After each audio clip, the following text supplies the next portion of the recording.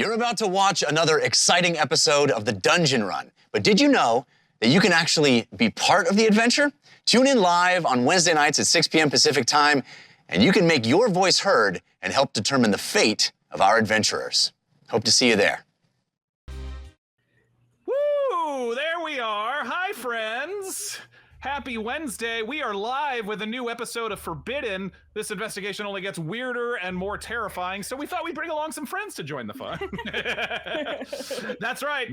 Welcome, Mayanna, Berrin, to the show. Hi, friends. Hi, friends. Welcome, Elk. Hi. Thank you. It's so good to be here. I'm ready to get scared. Heck yeah. And you will be. She's joined us before for our Wild Imaginary West one-shot. You might know her from a number of other amazing shows. We'll list them all later at some point, but we couldn't be happier to have you joining us for the next little bit. It's an honor, a delight, a treat, and a sweet. Oh boy. Okay, great. Cute. He's so cute. Our darling Serena is traveling, but she will be back soon. I'm champing at the bit. Let's get started. Ron, let's do some sponsors. Oh wow, I was unprepared. We're sponsored by Die Hard Dice, the place to go for gorgeous dice and accessories. They also pride themselves on amazing customer service. Any dice you need, any dice questions you have, they are there to help. Their spring cleaning sale is going on right now. Get up to 50% off so many of their best dice boxes, life link counters for Magic the Gathering, and so much more. Check out all the amazing dice and accessories they have in store at dieharddice.com. And don't forget to use our coupon code DungeonRun, capital D, capital R, all one word, at checkout for a discount on us. We are also sponsored by Eldritch Foundry. Beautiful detailed minis, now available pre-painted. So many options, customizations, and poses. You'll be amazed with the looks you can create. I know I am every time I use it, which is pretty much every day. They've just announced that you can transport your mini designs to your favorite VTT. Yeah. Whether it's Roll20, Foundry, which is what I like to use, or many others, you can export your character straight into your digital games at the click of a button. So many options and designs available. And be sure to use our discount code, The Dungeon Run, capital TDR, all one word, at checkout. Ron, I may ask you to just quick detour. Sorry, buddy. We may have to do like a Foundry, like you walk me through how to use Foundry, because I do love it every time I can see but it is a little like hard to get started. That's what my only note for the people of Foundry. There you have a beautiful product. there are ways to do it. The interface is a little confusing sometimes, but I'm more than happy to do that. I've done it before. That's a stream. Just a note. It's a stream for later. Love it. Anyway, our show is made possible by Patreon. Go to patreon.com/thedungeonrun for all the incredible bonus content. For just $5 a month, you can get access to cool behind-the-scenes content and our after show, The Short Rest, exclusive to you patrons. Exclusive VODs of our recent dungeon cooldowns with free interactivity and a spot in our exclusive D&D campaign run by none other than Morgan Peter Brown. Hi. There's so many rewards at all the different levels. Kermit. So much fun to be had. Get over to patreon.com/thedungeonrun. Back to you, Morgan. Thank you, Ron. Now, as you might know, or if some of you are new here, we are an interactive show where you have the chance to affect our story in unique and surprising ways. Use our custom Twitch extension, or the link you can find in the About section of our Twitch page, or you can just go to streamelements.com/thedungeonrun/tip. There are two ways to help or challenge our players. You can choose to give bonus or penalty dice for any player or me. It's just like advantage and disadvantage. They get to re-roll the 10 value of the D100. So if they rolled a 95, they can re-roll the 9 and try for a 15 or even just a 5. It works that way. You take the better or the worse if you give them penalty dice. Also, you can gift any player the power of luck. We are giving you the option of adding 10 luck points to any player's stash that they can use to turn a failure into a success.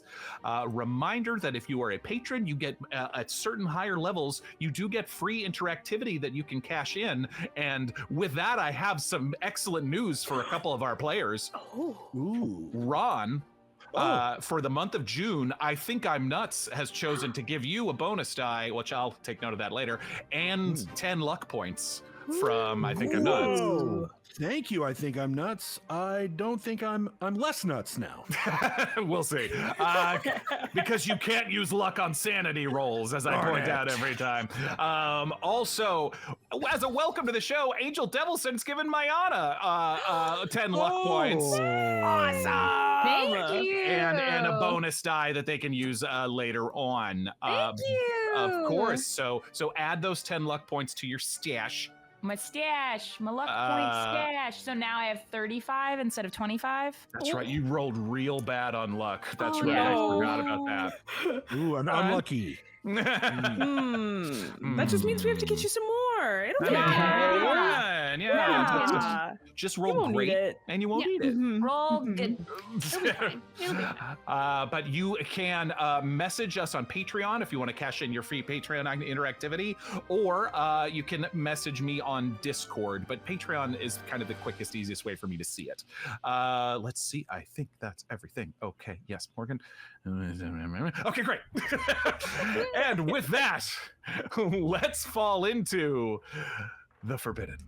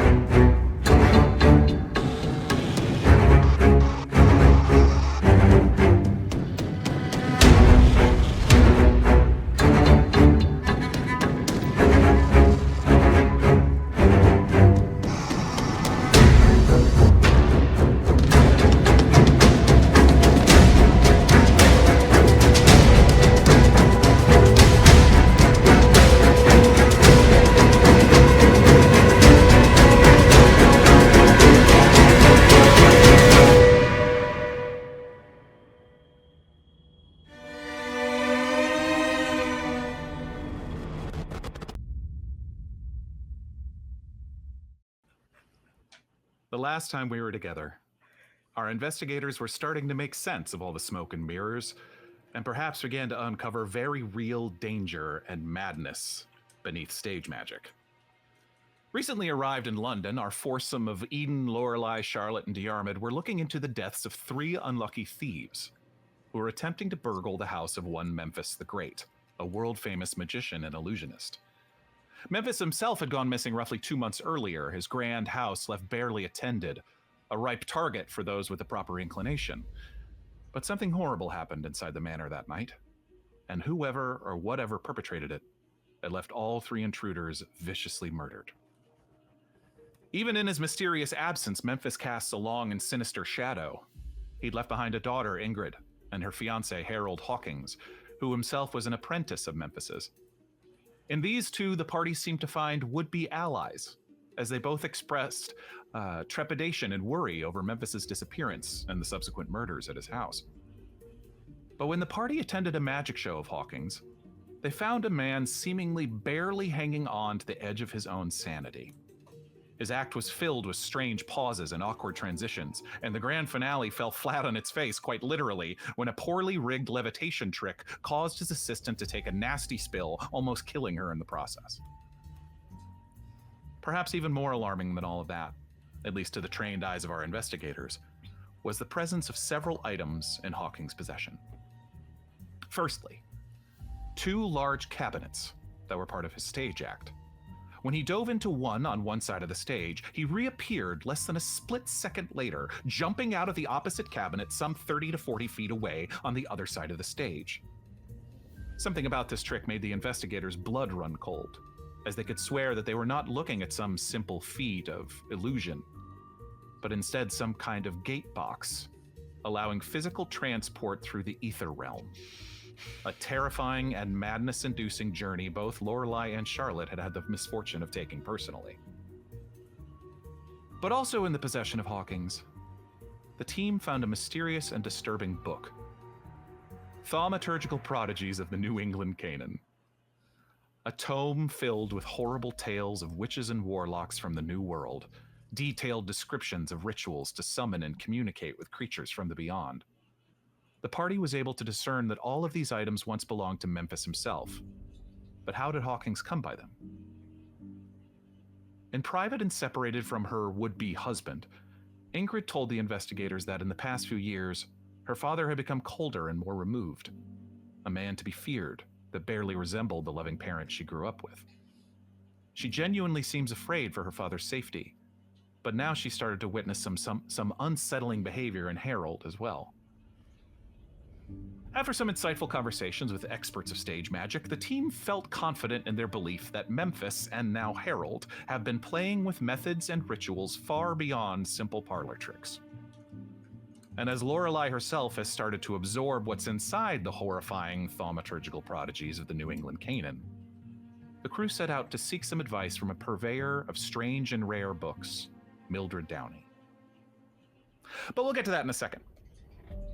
Because first, I don't want to be rude. We have a new guest at our table, and she must be given a chance to introduce herself. Melody Fisher, a native of the London area, a mechanic by trade. Most days she'd be likely to be found under the hood of a Model T Ford or some other such automobile. But today, we find her inside a London police station house, in the office of one Inspector Joseph Edwards. Mayanna, why don't you tell us what we see? Yeah, you see a woman around 35 years old. She's got light brown skin. She's got like shoulder length brown hair. Just a working gal, you know? She seems a little tired. She's a little confused, maybe, why she's been called in. Notably, she has like a silver bracelet with a little A initial on it.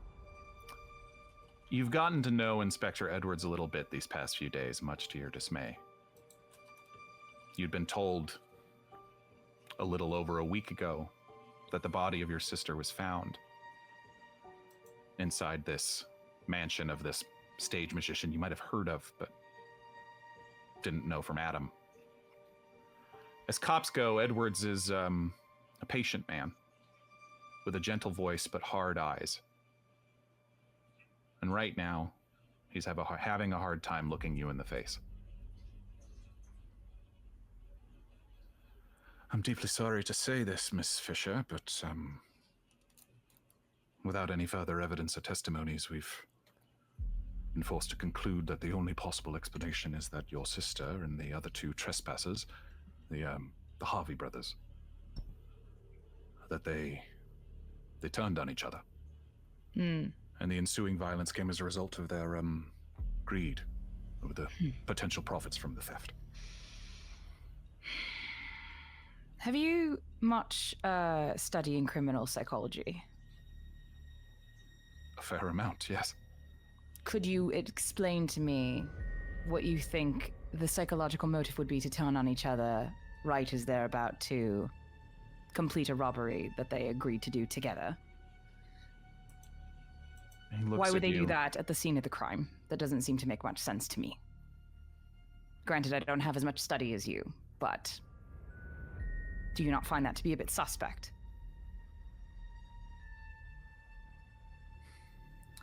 His eyes meet yours for the first time in a couple minutes. And he's surprised at, first of all, the level of intelligence and insight that you're throwing at him in a way that seems to...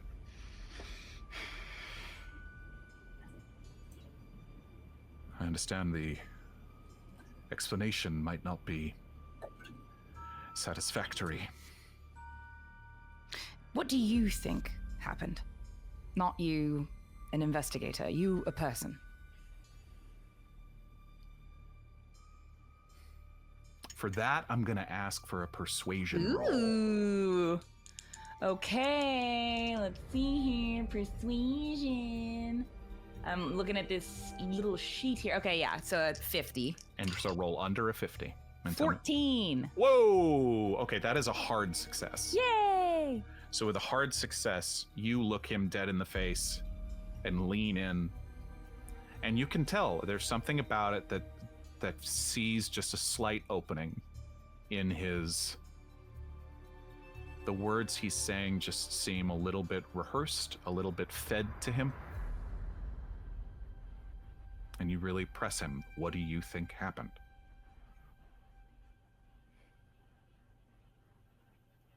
It's terrible. What happened to your sister?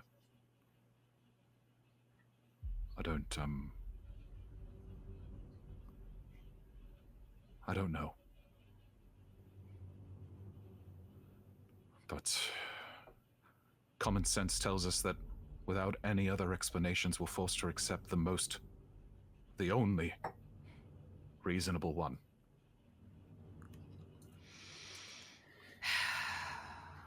I'm sorry. It's fine. You've done all you can do. Is there anyone who could offer a recommendation as far as counseling or anything of that nature? What would I need counseling for?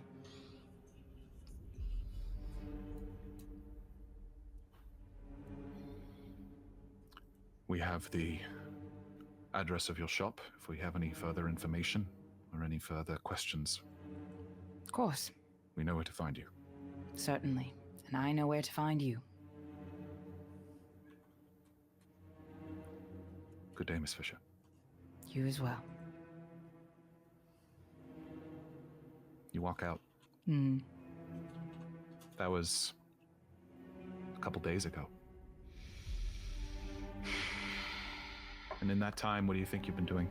I think I've been working, and I think that while I've been working, I just, you look at a car and all the pieces fit and they make sense together.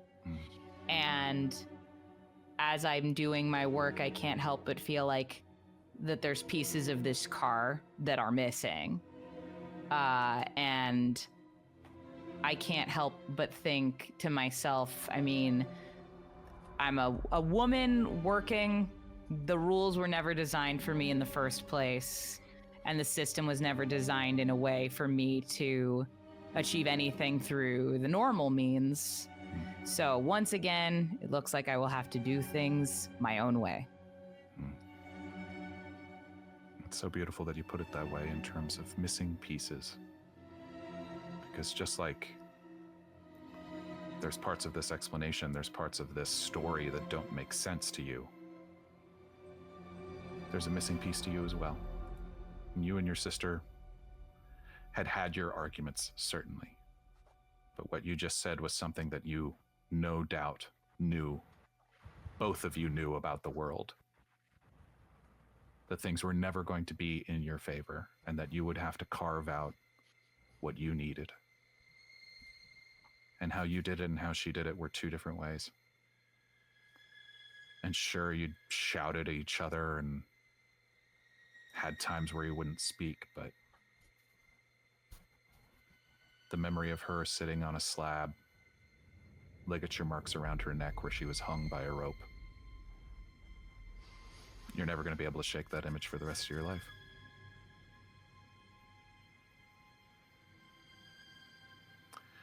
And so, car after car, day after day, it eats at you. And I hate to do it, but I'm going to leave you there for a minute. That's fine. Lorelei, Diarmuid, Eden, and Charlotte. You're walking across London on a pleasantly brisk stroll on a London January afternoon. You walk about a mile or so from where you'd met Ingrid at the cafe. And soon, Lorelei, you recognize the familiar alleyway cobbled with uneven stones. Nemesine's Nook. It doesn't look alliterative because Nemesine is spelled beginning with a silent M. But you nod to yourself as you recognize the sign hanging over a slightly crooked storefront with warped windows draped in faded lace. This rare bookshop on a side street in one of the busier sections of London. As you enter, The bell above the door gives a dull clunk rather than a chime. Inside, the air is dry with old vellum and faint pipe smoke tinged faintly with something acrid, maybe mildew or something older. Towering shelves lean at precarious angles, cluttered with tomes, their titles written in Latin, Greek, Arabic, or languages you don't recognize. Behind the counter, you see a woman, short brown hair, graying at the edges, puffing on a small wooden pipe, annoyedly pulling a cardigan around her shoulders to keep out the chill. Come in, close the door quick, she says without looking up from the book in front of her. Now, you know I told you, the more that you smoke that, the more your books are going to smell. Lorelei Shepherd. Hello, sweetheart. Hello, darling. How long's it been? 2 years. Yeah, it would be, wouldn't it? Yeah. I'm glad you're back. It's good to see you. And all of you, feel free to look around. Are they with you? Oh yes, these are my friends. Hello. Told them about your shop, and well, I wanted to come by and see you myself, of course. So I brought my tag-alongs. Well, you developed quite an entourage from the looks of it. Of course. What brings you around? Oh, Millie, we are investigators now. Oh. Isn't that just so awful? Well, I've known I've known at least some of the directions your life has taken, Lorelei, but this is a new one. Investigators of what, darling? The supernatural, in a way. You know, it's quite fascinating. I think your friend might have something else to say about that. Fascinating though it is. Oh, no, I'm just upset that your books are not separated by muses.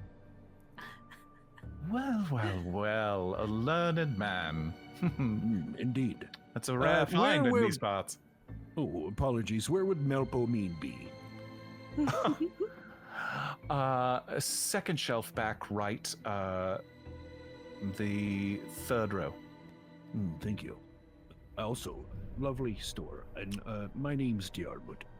It's a pleasure. And I'm an investigator, but not of the supernatural. And he walks into the back.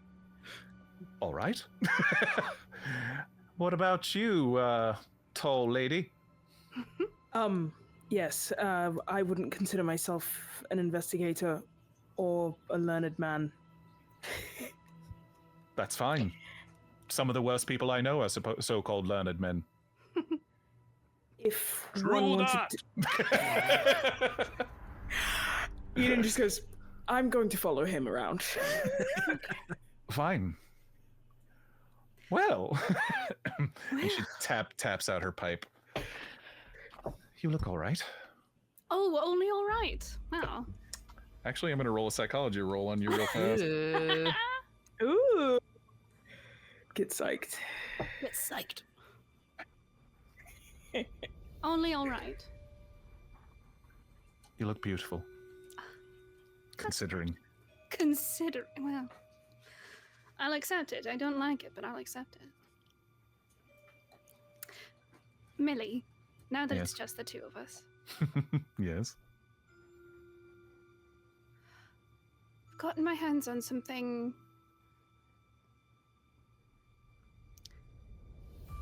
perhaps not so great. A little dangerous. All right. Do you remember in college in our second year, that man came through touring and doing some kind of talk about alternate dimensions? Yeah. One of the most interesting of our time, there, if memory serves. I do. I found this book. It's about thaumaturgy, and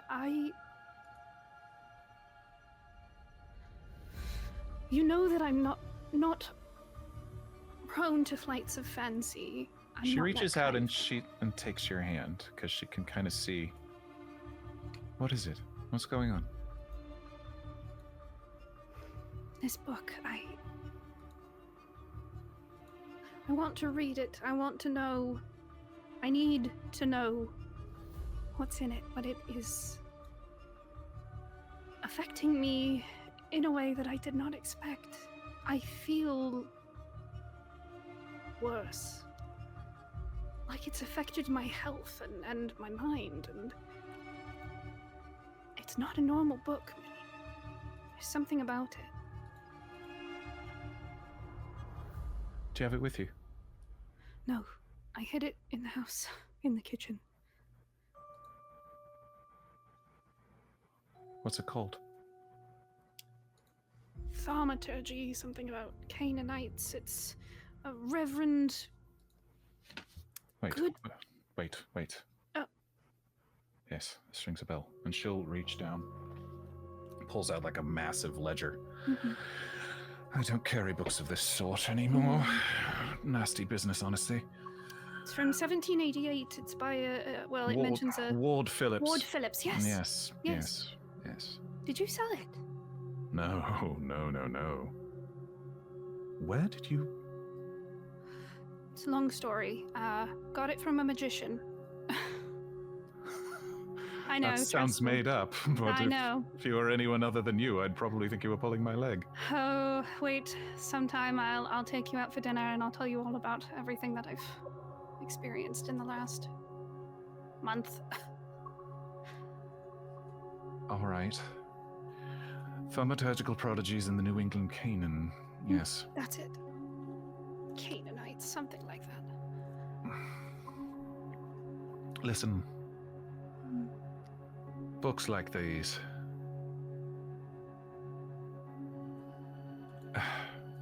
It's hard to know what to believe.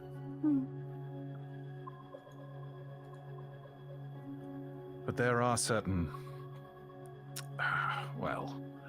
black market dealings, whatever you want to call it, secret transactions on back alleys or such, where dangerous people buy these types of books. I looked into it at one point and didn't like what I saw. So, but you will hear about one from time to time, and it tends to leave a nasty smell, you know? Yes, I do. It's the kind of thing where, even if it's not real what these books deal with, anyone looking to learn more about it is dangerous one way or another.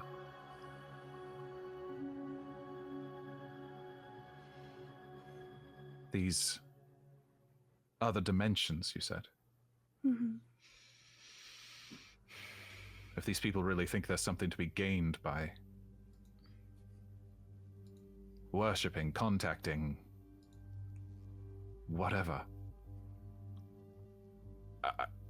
It's not the type of person you want to invite to a dinner party, you know? No, certainly.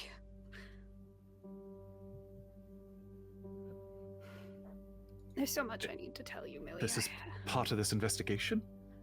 Technically, yes. We're looking into the disappearance of Memphis and these people that were found dead in his house. There's something else going on. Rings a bell. Yeah. If you hear anything else about these back alley deals, do let me know. If anything, just to keep the wrong people away from the books or whatever. Or the right people away from the wrong books. Yes. Aptly put. Lorelei. Mm-hmm. What I do know, what I was able to find in my research of these back in the day, to get something you have to give something. You feel as if you feel different. Yes. If you've been researching, reading, learning from these books, it's taking something from you. Mm-hmm. And these aren't things quickly gained. These are obsessives, the people who can do these, who research these sort of things. Yes. You would hear things like, you find people... Every spell requires spell. What am I sounding? Every spell, they say, requires some form of components. But more so than sprinkling dust and making circles, drawing strange shapes, all of that, it takes something from the person that I don't think you can get back. Yes, I am beginning to believe that, yes. Was Waleed mixed up in this? No. No, he would find it all very childish. No. Are you okay?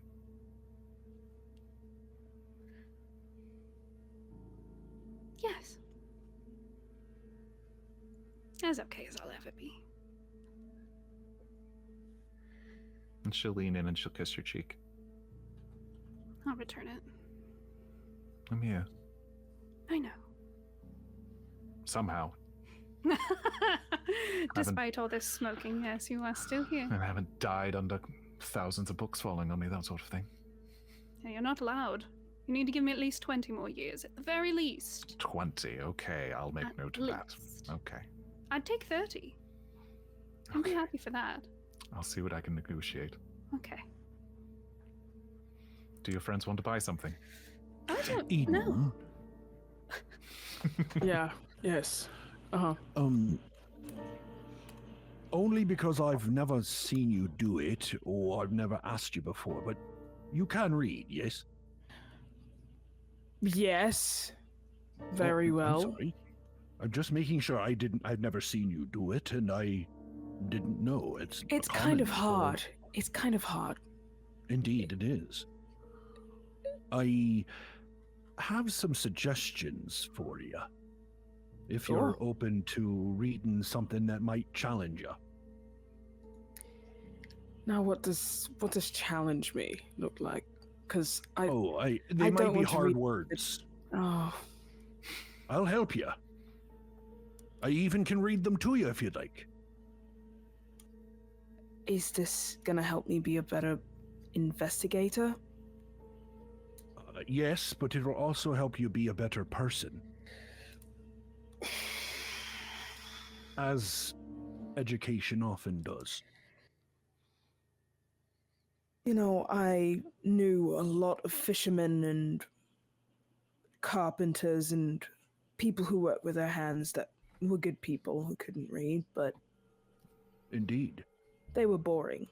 So maybe I'll try it. Well, one man's boring's another person's not. I've known plenty of people who love to fish. I'm not one of them. Have you read Shakespeare? Have we talked about him before? No, that was Leonardo, which certainly, definitely someone we should introduce you to more fully. But mostly, Shakespeare's one of the harder ones to read sometimes, but contains some of the better lessons. From between the books, two of them part, and you see just Lorelei's eye. I had Shakespeare. Who said Shakespeare? I said Shakespeare. Hello. Hi there. I He's find been summoned. Midsummer. I think Oh. that's a great one to start with. I was gonna start her with Coriolanus. Oh, quite dramatic. Indeed. A little political. A very Aye, good one. but also related to some of the things we've been doing. Oh, yes. Actually, that or Hamlet. Goes Titus, I appearing- thought. That would be good. Titus, and also King Lear, I thought. That's also a would be great good one. for her. Hang on, let me. And she pushes the books aside and then just puts her face into the opening. That's a great choice.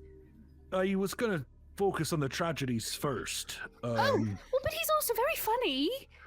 Yes, but I think, if you ask me, reading his tragedies helps you understand his comedy. Sure. Yes, of course. You can't go wrong. I have Right. my own opinions about Shakespeare. For sure. I know she hasn't. Well, I didn't know. I suspected that you hadn't been taught Shakespeare much. We could So- act them out in the living room. I would like to point out, by the way, that Lexi's that having some something you can Wi-Fi do? issues right now, and if you occasionally see her screen go dark, that's why. But I would also like to think that it mirrors Eden's following the conversation as Diarmuid and Lorelei just this, and Eden's like. She's in, she's out. I have my own opinions of this, but yes. Also, I thought Othello would be pretty good as well. But Yes. yeah, no, that one's a bit Oh, I do love Othello, but it makes me very on the sad. thumb. Let's yes, see. What's a good yeah. one? Titus Andronicus. Yes, that was the one I Troilus and Cressida. suggested. Oh, that's such a good What, one. And what if we Cressida's start with monologue just? is What if we just start with one? Yeah, then I think you should start with Coriolanus. 12th Night is also. Sorry. Yes. We should pick one and not all of them. Or we could get an entire compilation. We could get second folio. I wasn't trying to overwhelm her. Yes, you're very right. I'm so sorry. It's all right. I'm just excited about it. For you know sure. what? I thought you would be. You make your choices. They're all great. I'm just gonna. And she pushes the books back and disappears. Eden, I'll make it very simple for you. You can read this one, and he holds up Coriolanus, and he says, "This one's. She's right. It's very political, but it's about knowing what social divide might turn into leadership and how it might affect you. It's a good one. You seem like the leadership type, and you've got a pretty special relationship with that royal of yours, so I thought this might be a good one. Then you should read King Lear. I particularly like King Lear myself because it's about, the blindness of pride and folly. Can I ask a question? Of course. And you see that he looks. If Lorelei's still in the stacks, you see that she will look at you and then look back at Diarmuid. Which one's thinner? Oh. Well. See, this is why I say that Midsummer's a great one to start with, because it's fairies and fun and light, and it's a great story, and it's a beautiful romance. And Diarmuid holds his hand out. I know you've got a copy in your hand. Give it to me. No, I don't. And she puts one through. Yeah, I thought you did. All She's right. right. Look, if Okay, Mr. Know-It-All. easy to read and make you feel good inside, this one's a good one. It's great. Okay. But if you want to be a better leader and learn how to make sure not to fall into the follies of what power can give you, then the ones we listed before are probably pretty good for you to read as well. She'll grab both. She'll grab Midsummer and she'll grab Coriolanus and just okay. Great. I'm just saying we could put on a production in the living room if you wanted. If you wanted. I will let her decide if that's a good way for her to learn. Not as if I I'm will prepared meet- with a Helena monologue. How happy summer other sun can be through Athens. I thought as fair as she. I will. Real life Lexi being in awe of you. I love you, nerds. Yeah. I may I'll have done meet it you once or at the twice in front. college. I've got one other book that I need to get for myself. And I'll meet you up there. Millie could give you directions if you need. She knows this. Oh, I place think like I the figured hand. out her sorting system. Okay. I go buy these. Okay. You bring these two Shakespearean plays up to the front, and Mildred is up there, back on her pipe, and looks up. Don't let them bully you, dear. It unfortunately must be done. I'm joking. It's fine. These are good. These are good. I'm happy to help. And she'll, it's a few quid. It's a cheap purchase. Great. Happy and then, go ahead. Sorry. No, happy to help those discover Shakespeare. And Yes. please invite me to any living room productions of Coriolanus. No, you are permanently invited. There's Oh. a reason I gave you the second key. 2 Gentlemen of Verona, and I could even bring stage blood if you're going to do Titus Andronicus. Is this what theater has been about? Because I feel like I didn't know that. It's quite violent at times. Yes. It can be. It's about Especially feeling Shakespeare. and preparing you for death. Oh, Oh. okay. Good death. That I might find this interesting then. Yes. Yeah, it's like we know you. Ah. Diarmuid, is there anything else you would like to purchase? Yes, Diarmuid sort of he brings a couple of books, one of which he seems to be sort of purposefully hiding, at least from his friends seeing, and he puts it on. It is. They don't have the Necronomicon at this bookstore, Ron. I'm I sorry. understand that. I understand that. It is titled. It is titled "The Notebooks of Leonardo da Vinci." Oh, okay. It is a listed no. biography of the notebooks of Leonardo da Vinci in great detail. Was released in 1920, in fact. Okay, all right. And then the other books, one is about high society and fancy, what he considers fancy teas and royal, things about how to interact with royals during tea. Sure. And then the third one is a book about tarot cards. Okay. Good. Yep. Okay. Lorelei doesn't say anything about your book choices, but she's buzzing off to the side, like vibrating. Which one are you trying to hide from everybody? The Notebooks of Leonardo da Vinci. Sure. Roll me a stealth or a dexterity. Just give me a simple dexterity check. Lorelei's so overwhelmed in here, she would not notice it. Okay, got it. I mean, I think 100%. Eden can't read. All right. So Eden can read like 20%, like 30%. It's 28 under 30. 28 under 30. No, yeah, you are quickly able to, and Mildred kind of just catches what you're up to, and very simply, very quickly, rings you up. Oh, and then he stops as she's ringing up. He goes, do you have any books about Gaelic witches? Ooh. Gaelic witches. Like, For this, more non-fiction. Gaelic witches. Roll me a luck roll. Sure. Ooh. Okay. And do we use our What's your current current luck? luck Use score? your current luck. 56 is my current luck score. Okay. And I rolled a 47 under 56. 47 under 56. She does have sort of a history of witchcraft, things of that nature. It's Great. not specifically about Gaelic, but it has probably a couple chapters about it. I mean, they did. Yeah, so it's heavily probably influenced. yes, of course, witchcraft of Yeah. Europe and things of cultural Wiccan and things of that. Things like that. Lovely. Great. So not like the most, but Yeah. not bad. Great. All right. Eden, was it? Yes. She'll quietly say it. She's like, keep an eye out for Lorelei, would you? Easily. Good. Thank you. Good luck. Thank you. If you if there are any recommendations that you would like to give me, I guess you know Lorelei pretty well. So She's the kind of person who seems a bit different every time I see her, which makes her,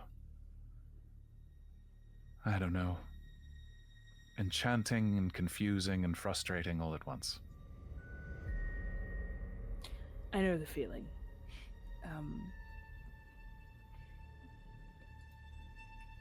Let's hope people like that are wonderful to continue to get to know, I guess, for the rest of, your life.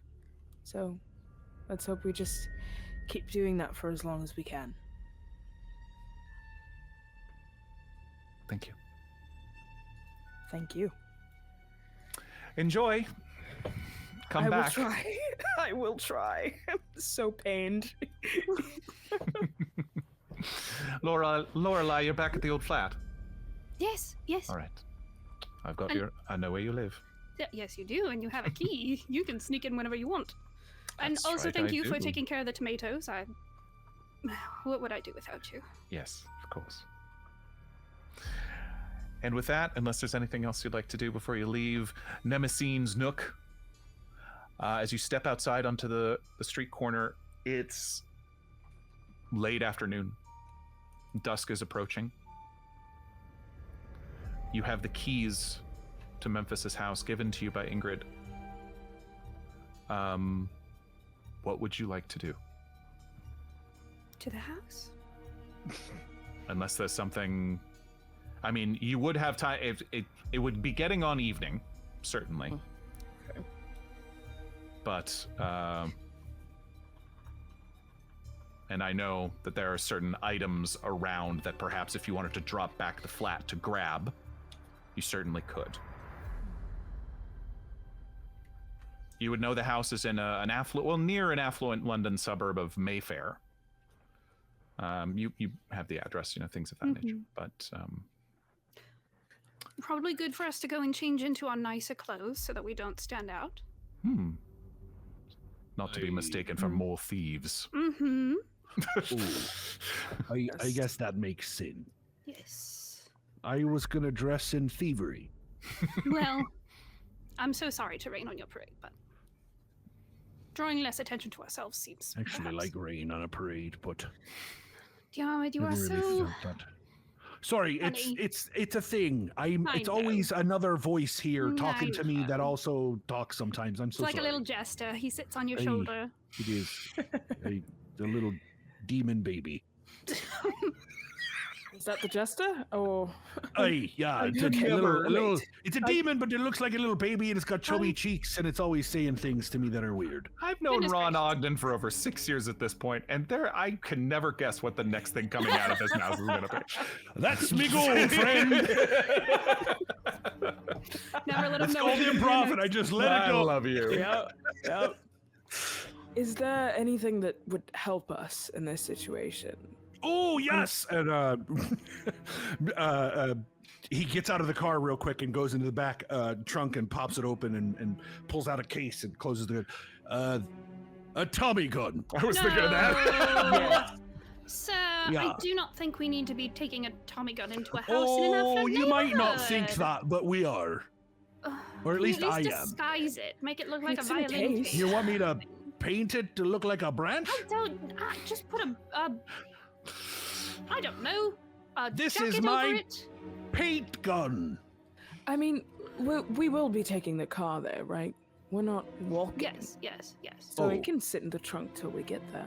I thought we were there. I'm so sorry. Are we there? If, Got confused. I was reading the books. I don't know. I couldn't remember. Okay, so the Tommy gun's in the trunk. Yes. I mean, if you wanted to bring the book to the house, I don't know that you No. have to. Yeah, that might be No. like. Yeah, that's too much bad magic in one area. I no don't thank I'm you. disagree. thinking, I'm thinking, do we need matches, Yes. lanterns, For more rope, fire. anything? We are already pretty pyro inclined. I don't think we need. Yes. I would think so Charlotte, too. who is still with you, I will say. Yeah. And Charlotte goes, right. oh, Yeah. here we go. Sort of Here aspire. we go again. Sorry. I don't want to set everything on fire. Just pointing Yes. out the truth. Yeah, I- try to light one thing on fire. Yes, Douse you one do. thing in kerosene. Okay. Sorry, that was for Serena. Love you, Serena. We could get some. I think rope is always a good idea. We have that in the car.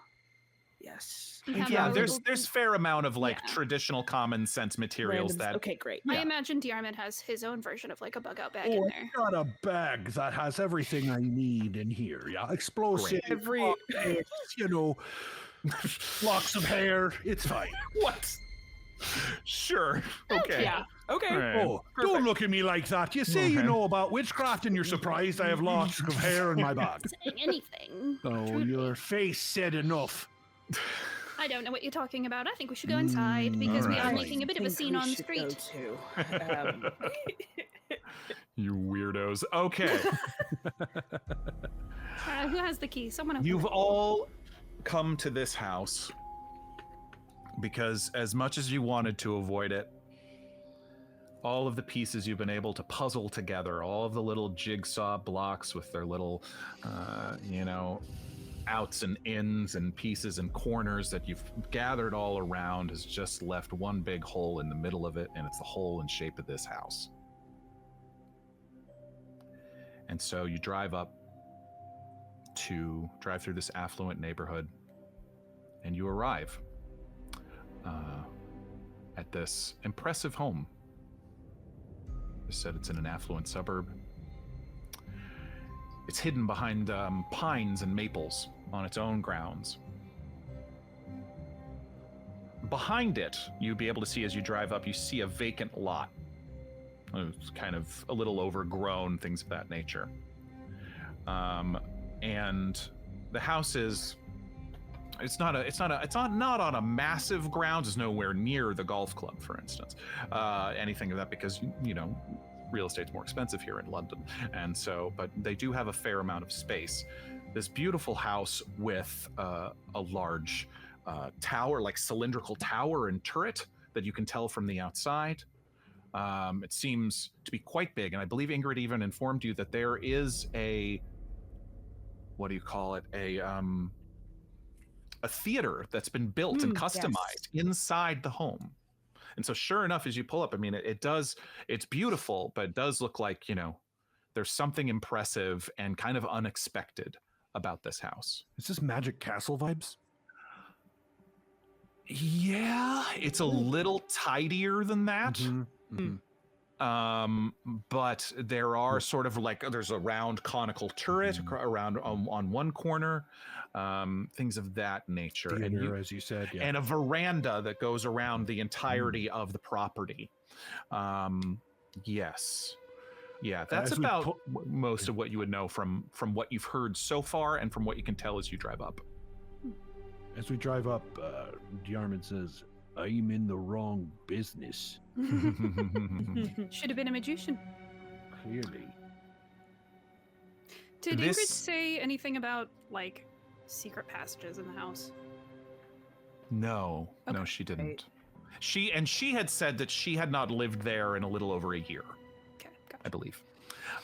She had, partially grown up in this house and expressed, dismay and concern over what's happened there. But also, as she told all of you, ever since coming back from his strange previous disappearing act to seemingly the country of Bhutan, her father was different and seemingly a little dangerous, or just unsettling at the very least. It occurs to me, something I just popped into my head, Lorelei. What? Do you think that the magician learned how to do the box trick without the box? I have no idea, but do you know what is making me concerned? The fact that there are 4 boxes. We only know where 2 of them are. This makes me think that maybe he's fine, and he just jumped in this house and did this murder because he caught him in a thieving. I guess we'll find out when we get in there. I hope not, but... That, or he set up his whole house to be murder house, and that's even worse. That's what I'm going into this thinking. Great! Well, yeah, that's definitely what I'm planning for, is murder house, but, maybe we should have brought the matches.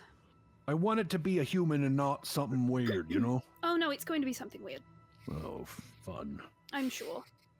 But whether it is. We're going to leave our foursome for a second, because whether it's destiny, whether it's fate, or whether it's just bad luck, it's this very same night that our friend Melody is in the outskirts of this same house. Melody, how did you approach the house on this evening? Ooh, okay, so there's the driveway with the trees, and then there's this vacant secluded, lot. Nicer neighborhood, but still managing to be pretty secluded in a vacant lot behind it. Okay, and there's a gate, presumably? The gate would have been to get into the neighborhood, not specifically for this house. Okay, cool. So I think I wore what was my nicest outfit, which is a white dress shirt, men's pants, and a tasteful jacket. Love it. And I think I just walked up into the front, kind of took a look around, see if anybody would notice me, and then I sort of skirted the perimeter to just try to not, As you do a perimeter of the house, you would have noticed, like going around this whole veranda, you would have seen the large tower that's in kind of the front left side of the entrance. There did seem to be a really big, like, rectangular side off to the right side. Those of you who know about the theater inside might be able to tell that that's where that might be. But as you roam around to the back,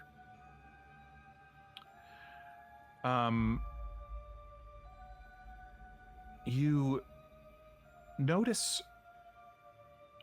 even now, maybe it's because of the winter and the frost has kind of frozen the mud in place, you still see the remnants of footprints in the dirt around the back of the house.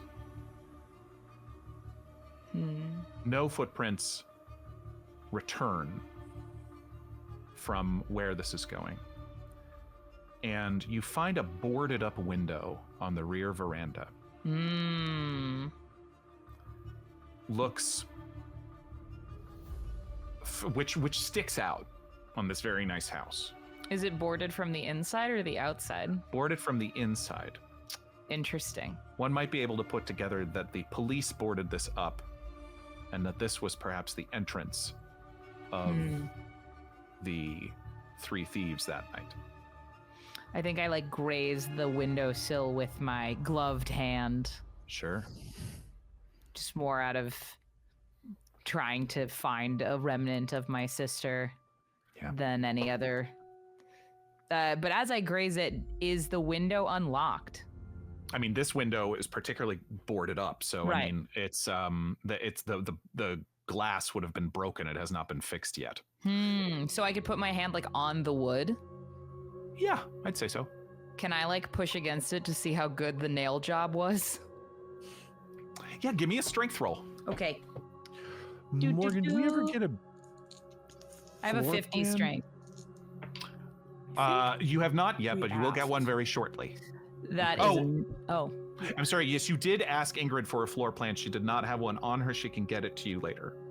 Okay. Because for blueprints or things of that nature. Ooh, that's a 94. So, 94. So you push. Fail. It is well held in place.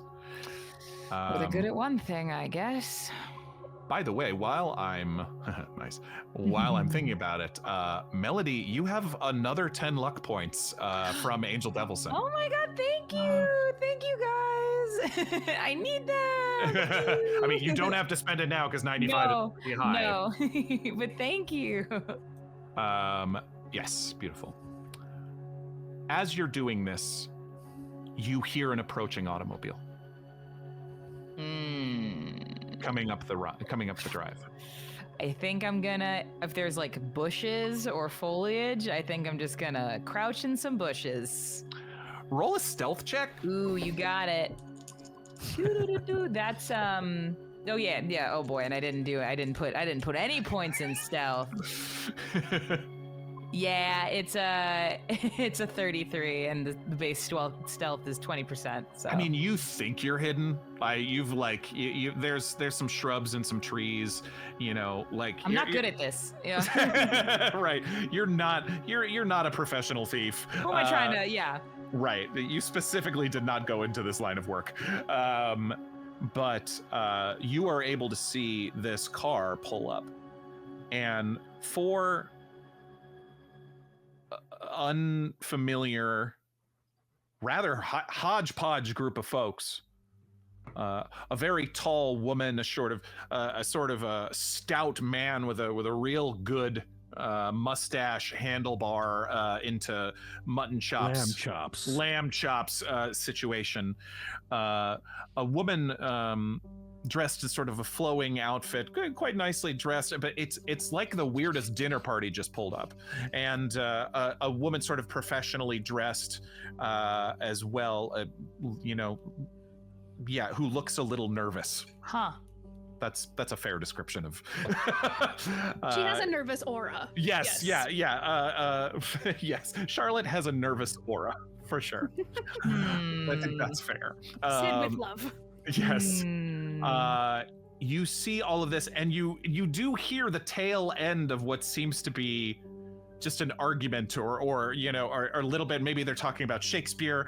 Maybe they're, you know, as the four of them are getting out, you see the man go around to the back of the car and perhaps get something out of the trunk. I'm telling you, 12th Night's better. 12th Night is great. I'm not saying you're wrong. It's the comedy from the genuine human longing that gets me. That's really what it is. Okay, yes, it is fantastic. However, if The we two want of to you- go... Yes. Roll a spot hidden check. Our conversation just continues. Diarmuid and Eden, you can roll a spot hidden check as well. Diarmuid, you have a bonus die from Schweigai. Great. Awesome. I'm too focused on the conversation. So 78 over 60. Spot hidden. Oh, I'm pretty good at this. I am too. Well, I'm not. Lorelai's just like, at but some the point. Tempest! Don't you dare start someone on the Tempest. Don't. Don't ever. I got a 2. Whoa. Under Wow. 30. Oh my It was a gosh. 62, but then I got that extra die and I rolled double zeros on that one. Well, So- well. 2 Yeah, that's gonna under be- 30, which is a extreme success. Yes, it is. Uh-huh. I got a 46 under 75. Wow. Wow, you have a really My good spot hidden, Eden. Yes, I do. Yeah, I think Diarmuid absolutely catches sight sooner of this unfamiliar face, dressed in a nice jacket and pants, really looking like they're trying to hide behind a shrubbery and tree combination, but looking out at the four of you in a little bit of a face of confusion. And Eden, you see quickly what Diarmuid, you sort of clock where Diarmuid's looking, and you also see this woman. Eden, you quickly see Diarmuid switch hands with the violin case and pulls his handgun from his inside pocket, and he points it in her direction. He says, "Come out here right now before I put 2 between your eyes." Who, All right, who are fine. we talking to? I'll get out from the bush. Strange woman. I don't think there's any need for that. Well, I think there is, because a couple of people died in here, and you're here now. Right, I understand. I am here. I'm also here for the same reason. Oh. Well, who are you then? My name is Melody. Lovely Fisher. name. Do I know that name? No, you do not. Yeah, I didn't think so. Roll a quick intelligence check. Really high intelligence. You do. Yes, I do. That's a 35 under 90. 35 under 90. You remember that one of the names of one of the dead thieves was Alina Fisher. Ooh, you see, Diarmuid, suddenly his eyes seem to squint a bit, and he recognizes something, and he puts the gun away, and he switches hands. I'm sorry for your loss. Thank you. I am as well. And that's why you're here, isn't it? Certainly. The investigators believe that they simply turned on each other, and I find that to be laughable, frankly. Agreed. Sorry, did you know one of the... She was my sister. Oh, Oh. I'm so sorry. Thank you. I am as well. Diarmuid produces a card and hands it to you. What does it say? It says Diarmuid O'Raleigh, and I can't remember right off the top of my head. Morgan. Securitas International. It's SESDI. Securitas Detection International. SDI. Huh. So you do not work for the City of London? Oh, no. Not at all. Understood. So presumably you are also independently investigating this incident as well? I would call it somewhat independent. We have a connection to the house and the owner. Oh, really? Indeed. Is this a harmonious arrangement or a She seems nice enough to me, okay. and she needed our help, so we saw some interesting magic and figured, why not? Sorry, are you planning on going in? Yes, that was my. You're not going to call the police or anything like that, are you? No. It's just No.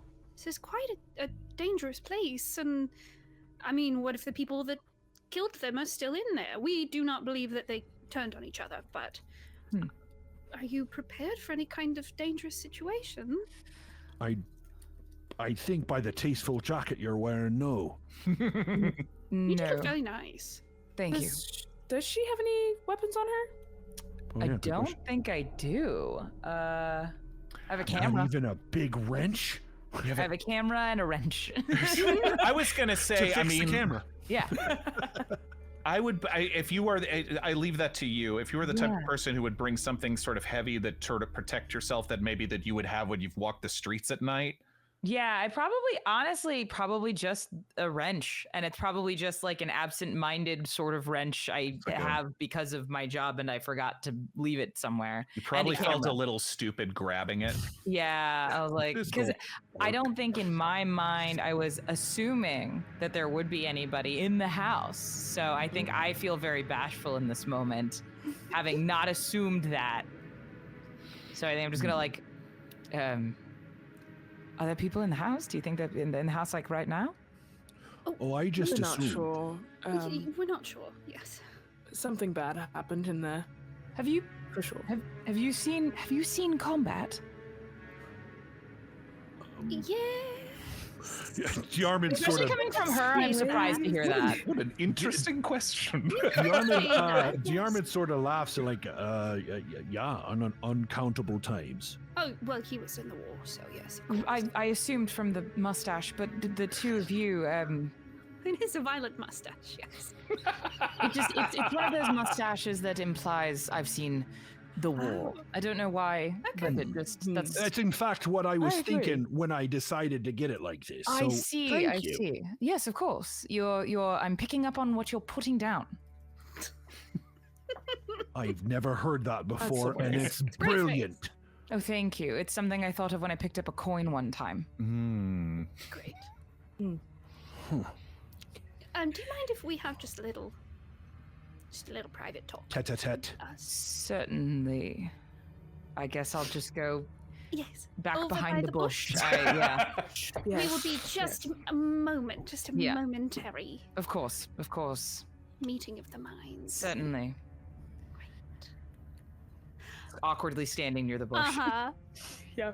As soon as she's out of earshot, Lorelei's gonna lean and whisper, "Are we going to bring her in with us?" I We don't- think I it's think risky. we should. It's risky to involve someone who has. We know what we've seen before, Yes. but also What if they open a box door and all of a sudden they're sucked into I'm that other sorry. place? I'm sorry. Have either of you ever had siblings? Yes. My brother died in the war. We know this. Right. So Yes. if you could do absolutely anything to figure out how and why your brother died and you had no idea, would you let anyone get in your way? You watch Lorelei immediately go completely stony face. Any kind of humor and lightheartedness that she would have had is gone immediately. And she says, "Yes, I understand." I'm just advocating for the lady, because if it was my sibling, I just do not want to put someone in danger. they've they- decided to put themselves in danger by being here already. But they don't know what they're in for. We do. We seen could inform them.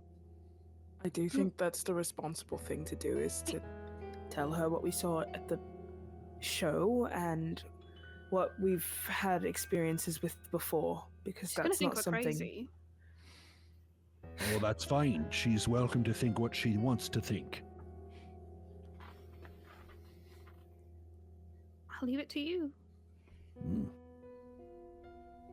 Melody, you said. Yeah, and I pop my head out from behind the bush again. Please come back over here. We're Certainly. done with our... Sorry, I've got a quick question for you. Where'd you come from? What do you do? I'm a mechanic. I have a shop. Took a while to get my own place of business, but quite proud of it. Here in London? Yes. Lovely. Thank you. And you're from London? Yes, born and raised. Do you know how your sister got involved with... Alina was always a bit of a rebellious sort. We both were in our own way. I took that into not marrying and starting my own business, and she took it to more adventurous sorts of engagements. She was always quite vivacious, kept colorful company. But I don't think she ever quite enjoyed earning money in the traditional sense. Was she a violent person? Oh, gods, no. No. We would get into the occasional scrap when we were younger. Sisters do such things, but no, she's not a violent person, which is why when the investigators told me, they presumed that they turned on each other, especially at the place in which they were about to rob. I find that to be laughable, frankly. We did too, but for different reasons, and I'm about to shock you a bit in why we thought those are. So, look, the thing we talked about is we don't want to put you in any unnecessary danger. But if you're here, you probably already accepted that that's a reasonable expectation. And it's also your sibling, which you seem quite strong for, which I understand. So, it is only ethical and moral to do the right thing, which is tell you the truth. Oh, all right. We have witnessed some things that are unexplainable. The first one, since it's a little easier to wrap your mind around and more recent, we recently saw a magic show with the daughter of the magician fiancé, Hawkins, I think his name is. He's a silly man, honestly. But he did something that was impossible to explain in any other logical way. And what he did was he jumped from one cabinet to another in the instant time between them. There was no time between him. He doesn't have a twin. We're pretty sure there's something really weird going on with that cabinet that he brought from, and you guessed it, this house. So, that we recently saw, and led us to believe that there's something strange going on here, and maybe we should go check it out. But the bigger thing that you need to know, and again, you're gonna think I'm crazy, but I promise you I'm a man of ethics and morality and logic and strategy. So when I say this to you, I understand how it sounds out loud, but I'm not insane. Understood. All right. We just came from a place where we found two scientists in a hidden basement where they had developed some machinery that allowed them to jump to a different place in time and space. Basically, we've experienced a lot of supernatural things that we have no other explanation for. Which is why we're going around trying to find out what it is in hopes to be able to explain it in rational and logical terms. And we think some of it is happening here in this house. Correct. Also, the logic and rational terms we're trying to apply to it still won't fit, so that's ongoing. Yes. Indeed. Huh. Can I do like a psych check? Yeah, give me a 100%. Give me a psychology roll. Okay. Absolutely. Yeah, it's almost before you know it, these four people are like sort of around you in a semicircle, and you're just sort of like taking in different. Now they are all telling the same story. Like that's the thing, is there are no, you don't get the sense as there's like, yeah, but tell me your psychology roll. I got a 76 over 50. Okay. So yeah. Okay, that is a failure. Yeah. But I think it's a lot. That's undeniable for sure. And it is hard to read, but just from what all you can kind of take in, look, you don't know Your mind goes back to what Inspector Edwards said. Right. Common sense. If there's no other explanation, the common sense one has to be it. And all you know, whether or not these people make any sense at all, they seem willing to consider another explanation. So you don't know if you trust it. I think in this moment, I think that these people could be charlatans, but also, what the heck would they be doing here then? I have many questions, but I have just Me too. one sort of macro question. These things you've experienced, is there any potential conclusion that you have found that would cause someone to behave outside of their regular faculties? Yes. Exposure to this other. Killing people they love or know well. And potentially artifacts from this place. I can only assume. And forgive me, presume you do not have any hard proof of these occurrences? If we did, we could stop looking, but if there was anything that was beyond the shadow of a doubt, we could stop looking, but we don't have that yet. Well, we burnt the leg, right? That's kind of the most concrete thing that we had. A leg? We also have blood.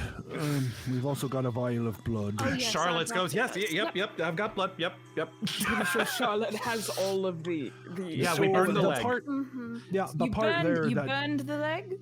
Melody. I know this sounds absolutely daffy.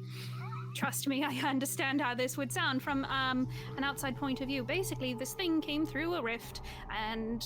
Thing? Yes. We don't have a name for it. No, we do have a name for it. Charlotte named it. Charlotte, what did you name it? I didn't name it, actually. It was the doctor, Gilmore. No, Dr. Lackey, Jerome. Okay. Chids. Shid. Chid. CHID. It's an acronym, actually. It's a cross-dimensional humanoid insectile dweller. Yes. Very think of a really big, weird water bug. How big? We're not doing a great job. Human-sized or more. No, human-sized or more. I feel like we mentioned Chid too fast. I agree, but at the same time, how do you got to take the Band-Aid off with this kind of thing? What I will say is, as someone who also is in your position of not really being acquainted with this world, not being acquainted. Oh, Lexi, we're losing you a little bit there. Oh. She'll be back. She'll be back. She'll be back. There she is. She's back. She's like right in the middle. Lock in. We're back there. I'm locked in. As someone who's... I can't hear you at all. You can't hear me at all? I can hear you. I can hear you. Oh no. Arnar. Arnar. Oh, dang. Down again. Okay. It's okay. Oh. It's the Chids. It is the Chids. Chids have her Wi-Fi. The Chids truthers. Hi. No. I can hear you just fine, unfortunately. Yes. Yeah. Okay, great. As someone whose family members, not family members, but I have a connection to the unknown that feels very similar to yours. Questions unanswered, unexplained behaviors. And it seems like the more we search for concrete things, the worse it gets. So what I will say is to allay your fears, allay your doubts, because what we're going after, we will find, or it will find us, and you'll get your answer whether you like it or not. As she says this, Eden specifically, Melody, kind of sticks out in this group. And if there's anyone, if there's anyone really that's sort of seems closest to like, you shouldn't be here. What are you doing here? And there's a little bit that look on Eden's face, but as Eden does her best to try to communicate this to you, it carries a little more weight. Because not to say that Diarmuid and Lorelei and Charlotte aren't trustworthy individuals, but they're, you know, they kind of, they seem a little bit more professional, whereas Eden, you can tell, is dressed similarly to you. They're wearing heavy outdoors like coats and pants, simple pants, things of that nature. They look kind of uncomfortable in the city setting. But even she is telling you this. And I think you'd notice that when you talked about your sibling finding less than legal ways to maneuver, I think that you saw like a look of recognition in Eden. The tall one. Yes. What is your name? Eden Danforth. Ah. And what is your connection exactly to this occurrence? I mean, I kind of joined the group when they first landed here in the previous interaction with the scientists, and honestly, I don't think I could leave them alone if I tried. Eden is our glue. Interesting. So the water bugs are in the house? Maybe. They might be right next to us, and we might not even know God, it. don't say that. Well, it's just the truth, and you know. I know it is. I just don't like it. So they're otherworldly beings that can travel in a different dimension, but somehow have some slightly connection to our own. Still trying to figure all that out and exactly how, but I've put a lot of bullets in one of them at least. Okay. And what did the water bugs want with the magician?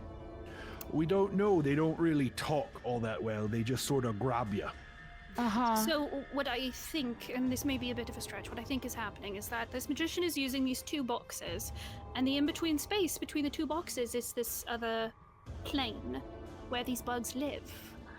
So I think the bugs are potentially following him or want to grab at him because they see him. Does that make sense? It does. Yeah. And it's strange. It does. Welcome. My hypothesis is that he's in that dimension and he's doing some weird things. Yes. Because he's a magician and he understands it better than a scientist does. Here's my thought. Welcome to the conspiracy theory. You should know this too. I think Memphis went on this journey to Batan and got all of these things, and he started acting different. I think he's part of a cult now. Just gonna come out and say it. I thought something happened with Memphis and Harold. Left, came back, and Ingrid was concerned for him. Part of me thinks maybe Memphis is gone to the ether, or maybe sent Harold to the ether and is living vicariously through Harold. I don't know. Younger, that would more be horrible. Successful. Well, that would be Considering quite that's his disturbing too. Daughter. Right. Oh, that'd be horrible. So what does this I'm have to do gonna with... kill him if that's what's going on. So anyways, we think that some of this is happening in the house, Memphis's house, this one right here. Right. Now I have a question. Why would three common thieves, no offense to my late sister, want to break into this house? Memphis. It's got a theater. I mean, look at it. Beautiful. This Well, is a There's place that many we have. nice. Very there's many- expensive. Yes. He's But also- there are nice houses. There's other nice houses. He's been But to why a not lot this of one? fantastical places and brought back a lot of artifacts. Yeah, why not this one? It may have just been a very, very bad, wrong place, wrong time kind of thing. Or His disappearance had been publicly covered in the newspapers as well. But they do know that the implying house someone is empty. So before we go in there, Certainly. Melody, are you good at hidden things? I've been in a scrap in my day, but nothing. You want a different, more effective weapon than that wrench you got on your hip there?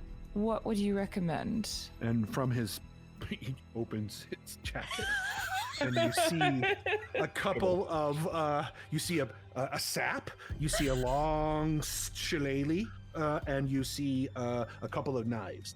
Why are you keeping them in your trench coat? I always keep these in my trench coat. They're my friends. So, okay. Oh boy. Do they have names? Yeah, my this one, friends. they certainly See how do, they because glisten. all friends have names. The sap here is called Sappy. The shillelagh here is called the Shill. And then this knife is Melvin. This one's Peter, and that one's the Pope. I'll take the Pope. Peter and the Pope. Here you go. That's Thank pretty you. great. Take the knife. Iconic. It's a like it's not as quite as large as like a Bowie knife, but I mean, yeah, it's not a it's you know, it's like, all right, yeah, okay. You kind of if you awkwardly get hold good it with out in that- front of you. I'll show you a couple other tricks I got. And he tips his hat, and he knocks his shoes together. Fantastic. Thank you. My pleasure. I know we sound insane. This must look What? incredibly insane. Well, I It's- came up to a house presuming that it was not a dimensional portal for the water bugs. So I guess we're Now, all... when you say it like that, it does sound a little insane. Who has the keys? you say it out Let's loud. get in here. I mean, you know, worst comes to worst, we'll prove to you that we're right. Oh, you know what? I just unfortunately. realized we don't have the floor plans that she was going to give us. I don't think we're gonna get those in time. Yeah, we should just go inside at this point. She We're didn't here. seem You- sure where to get them from. I want just a little resistance here because of the last time. If we'd had the plans earlier, we would have been in a better situation. So I'm just saying that might happen again. Technically, don't want to last go time in? we did have plans. They were just Wrong. wrong. Well, that's So true. you break into houses often? No. First of all, it wasn't a house. Oh yes, It for was sure. a golf club. Constantly. Totally different. No. We were told to go there to investigate a disappearance. Oh, So technically, we were not trespassing. You're not investigating if you're not doing a little B&E, you know? understood. Yes, that makes sense to me. We're not here to do anything illegal. Let's open the door. Let's Well, yeah, just we don't take a have to be little- illegal here. We have On the key. purpose. Yes. And we'll go and open the front door. Yeah, Diarmuid, you step up onto this veranda, you all do, and you do, you know, just mid-conversation. It's the difference between the entrance to this house and the last time you did something like this couldn't be more stark. But, like, Melody, you take a long breath and you feel the breeze hit your shoulders as you watch these four very strange but oddly compelling people, and you don't know where else to turn. At least they have keys. Mm-hmm. So you follow them inside. And, And right that- before we go in, Yes. you see Diarmuid put down his violin case. He clicks it open, and he pulls out a Tommy gun. Oh, let's not And he do it. takes one of the canisters, and he loads it in, and you hear him go, "All right, let's go." Oh my god. And that's where we're going to go to intermission. Oh, welcome to the story, Mayanna and Yay. Melody. Right Boy, into the fire. I knew this kind of conversation was going to happen. I did not know how it was going to go, and it was better than I could have ever wanted. I needed popcorn for it. I love that Diarmuid is the one that's like, okay, here's all the weird stuff that's happened, and then Boy. Eden is the one that's like, all right, but honestly, and is the one that you can trust. You get both sides. But we'll be back in 15 minutes, friends. Do not go away. We're walking into another spooky house. This is gonna get good. Okay, What could go wrong? we'll be right back. Ah, yeah.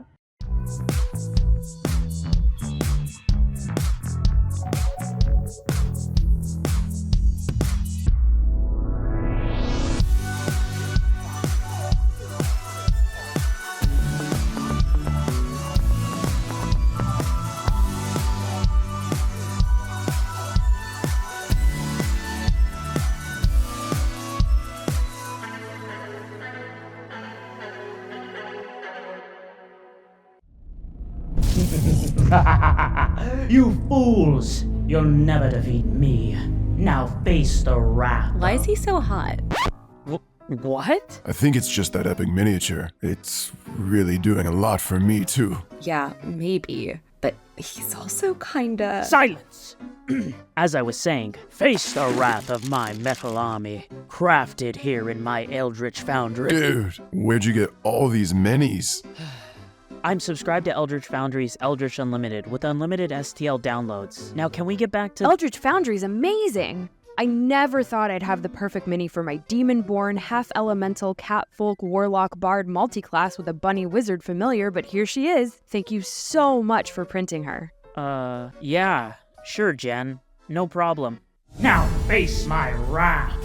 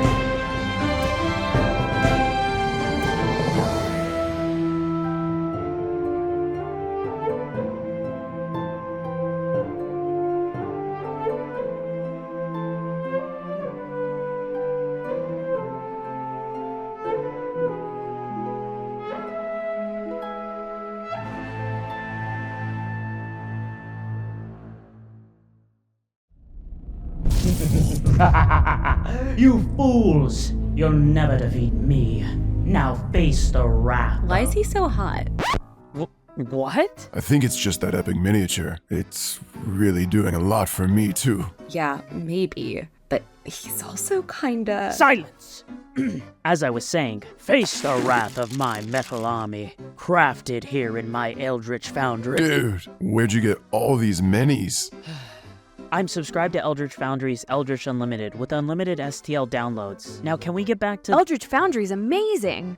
I never thought I'd have the perfect mini for my demon-born, half-elemental, catfolk, warlock, bard multi-class with a bunny wizard familiar, but here she is. Thank you so much for printing her. Yeah. Sure, Jen. No problem. Now face my wrath.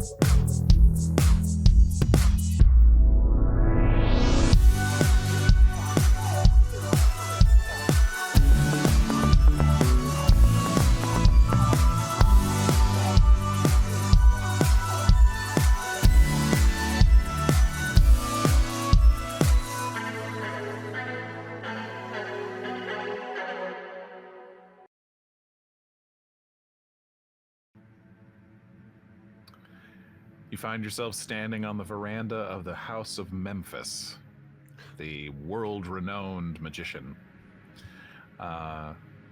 with Diarmuid having just pulled out and cocked and loaded his Thompson submachine gun, his most treasured possession. No, I wouldn't say that. No, never. Close. His friends. That's all very nice. But he also names his weapons, so clearly they're also his friends. Right. That was new. The five of you. Diarmuid, you're the one who opens the door with the key? Mm-hmm. Mm-hmm. Okay.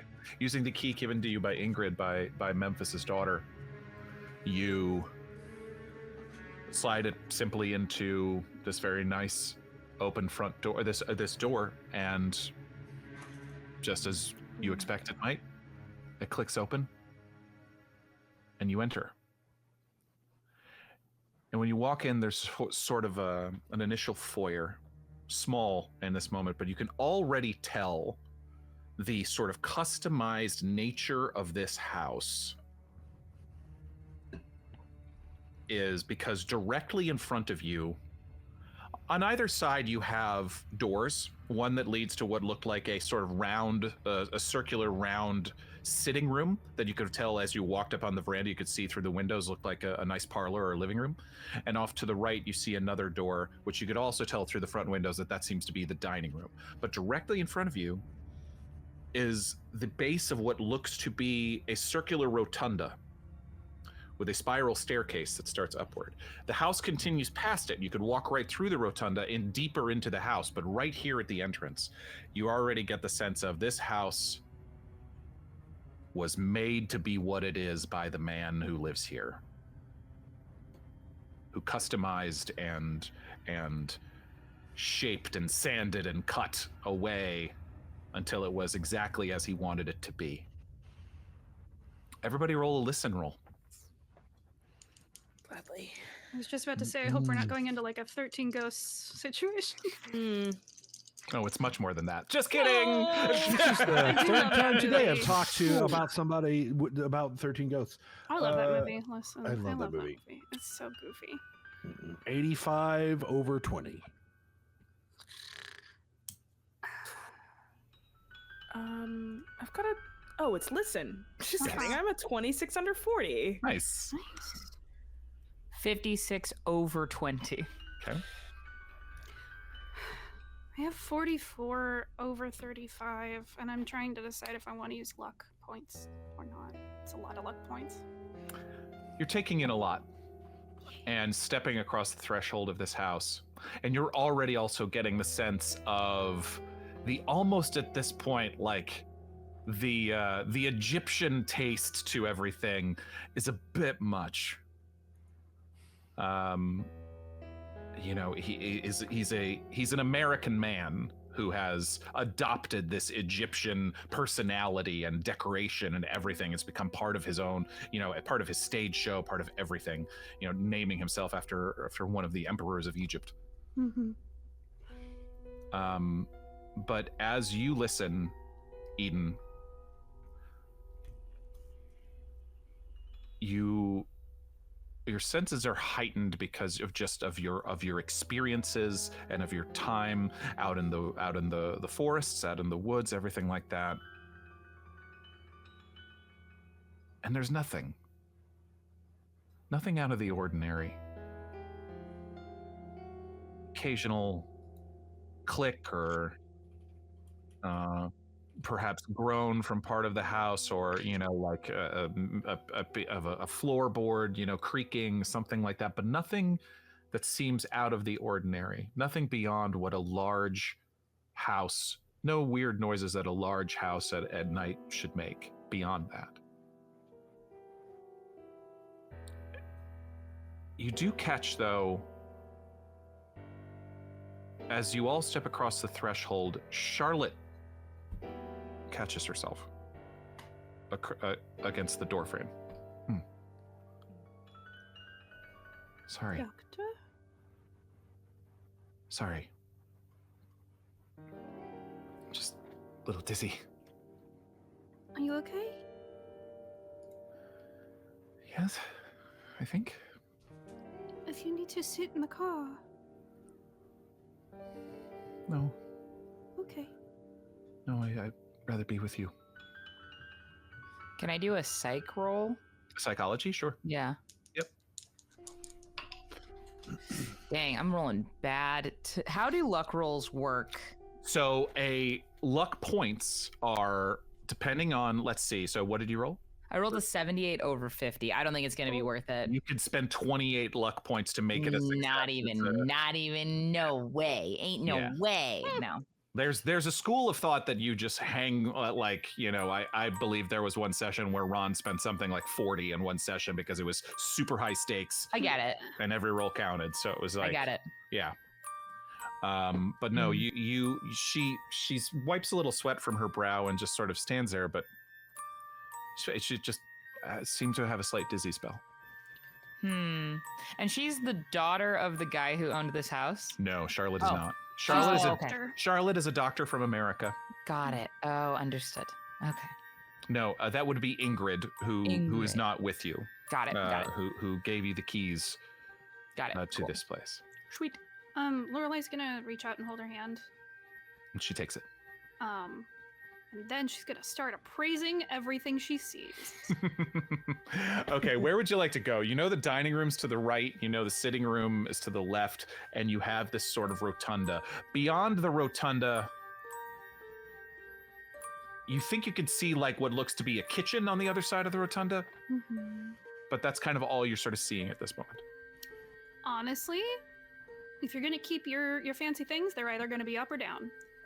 So she's probably gonna look at the others and then head to the spiral staircase. And Melody, what I will remind you of, Melody, is you know where the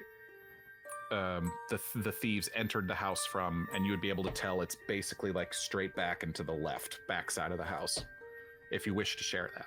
But I'm just reminding you of that fact. Copy. Okay. You walk forward, Lorelei, into the bottom of this rotunda. It's an airy circular space. It rises the height of the house, and you can see even as you look up and through the middle of this spiral staircase, there's a skylight set in the roof. And the spiral staircase runs the perimeter and goes up to a second floor and even beyond. Oh. You would get the sense of having seen it from the outside that perhaps there could be an attic. As you look up, you see between the first and the second floor, you'll be able to tell with, as you're just standing there, you see some family portraits on the wall. Oh. Of the Schwartz family, images of Memphis with Ingrid. And you even see one of Memphis posing with what you're sure to be is a younger Harold Hawkins. Oh. Any with the wife? With Ingrid's mother? No. Interesting. We probably shouldn't go walking off too far. What? At least not alone. Right. I'm not alone, I've got Charlotte. But you're right. Then where do we want to start? Well, we could do this strategically and go room by room like you do when you enter the rooms, or we could just decide that one left, go right. I think we should probably stick our hand to one side, either left or right, and follow it until we've reached every room. I agree. Okay. Downstairs left and work around and then go up and continue? Well, I figured we'd start right here in the foyer and either go to the left room there, which I assume is the rotunda. I believe that's the sitting room. That's a sitting room, and directly ahead where I'm standing is the rotunda. Oh, right, there's the rotunda. Yes, yeah. And then, do we know what that room is? And he'll point to the... Is that the only... Is there another room? The right side is the dining room. Left side is the sitting room. Straight is the rotunda. And those doors are open? Yeah, I'll say so. Or ajar, or or you would have also been able to that we could see them. And you would have been able to see at least the dining room and the sitting room from the veranda, when you walked in through windows. Windows, yeah. Right, got it. So start in the sitting room and then go around and. Sure, that works for me. Yeah. Alrighty. And I'll sort of lean in with the machine gun and just clear the room, make sure there's nothing in there. In very militaristic style, Melody, this feels very, wow, this got very severe all of a sudden, but yeah, Diarmuid leads the way. And you open this door into a very pleasant circular room. Couches and a fireplace. The number of windows, you could sort of tell from the outside, but even just sitting here, it does almost feel as if you're inside sitting outside because there's so many windows around in all directions. Morgan, do you know details of where they died in the house? It was a parlor, right?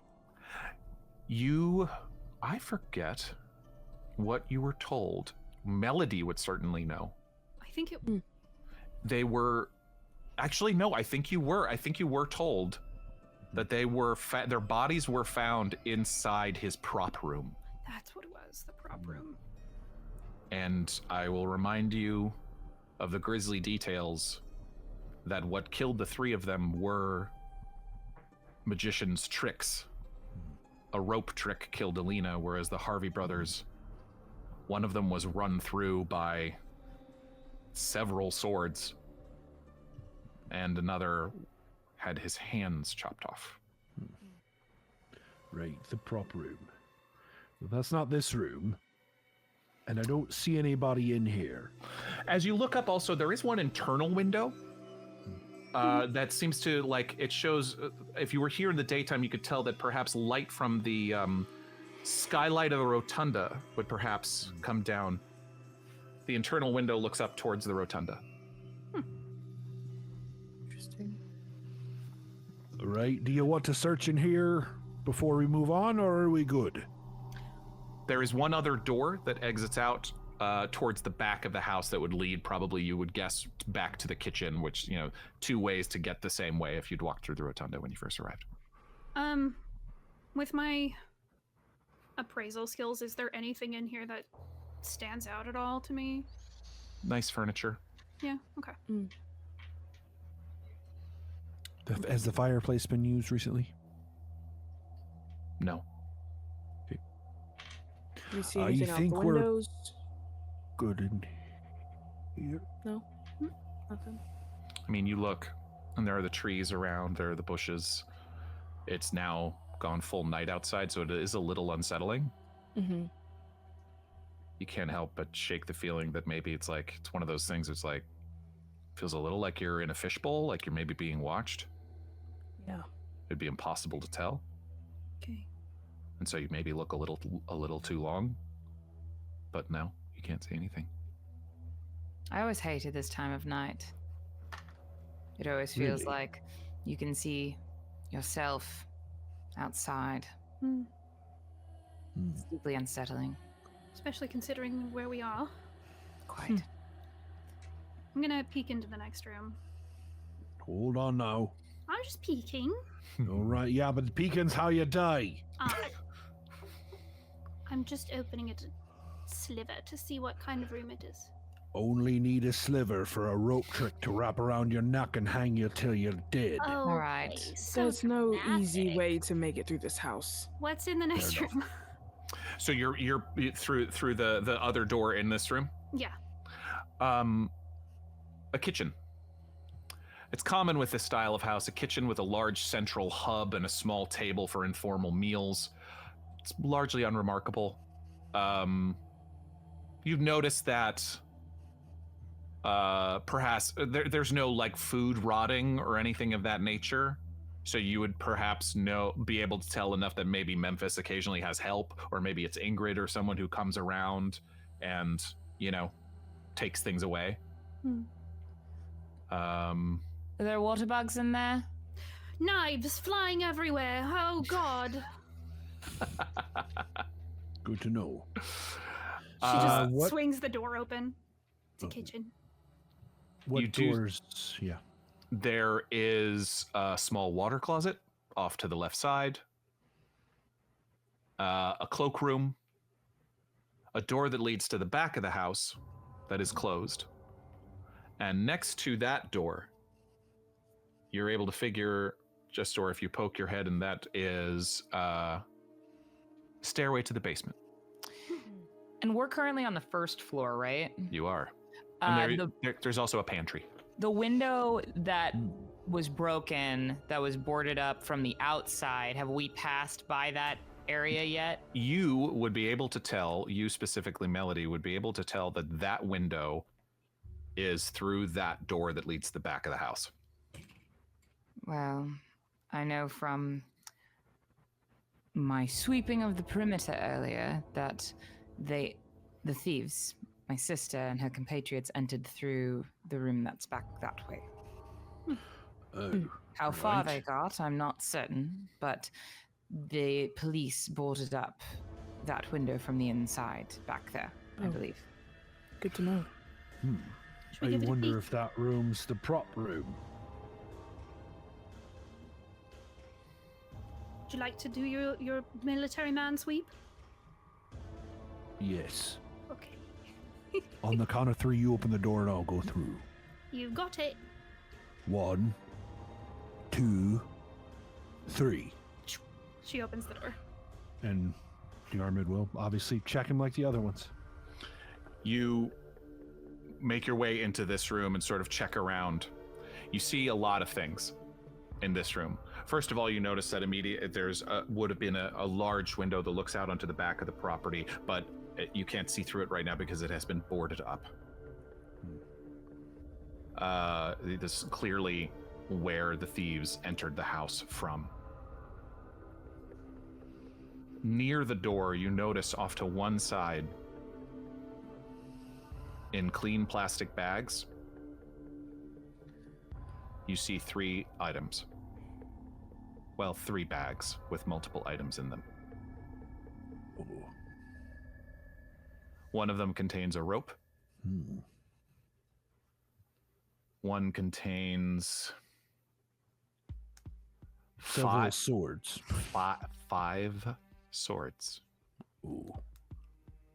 And the other contains a nasty little trick known as the wrist chopper, which is a small guillotine that you might know if anyone has seen stage magic or something like that before. You can put a carrot, something, a vegetable in it, and 1 second it would drop and chop the vegetable in half, and then if you put your own hand in it and you slide a small clasp out of the way, or a catch, and the thing would drop again, the whole audience goes and you're totally fine. Now, that again, I'm is not also one for political or investigations, but does anybody else find it suspect that the items associated with the murder are here at the scene of the crime? In evidence bags? Yeah, Diarmuid, you're pretty quickly able to, and Lorelei, you're able to confirm as well that through just that, it seems as if the cops have considered this case closed, and they have been returned to the house. So if they just return possessions associated with criminal investigations when it's over, as if they're no longer dangerous?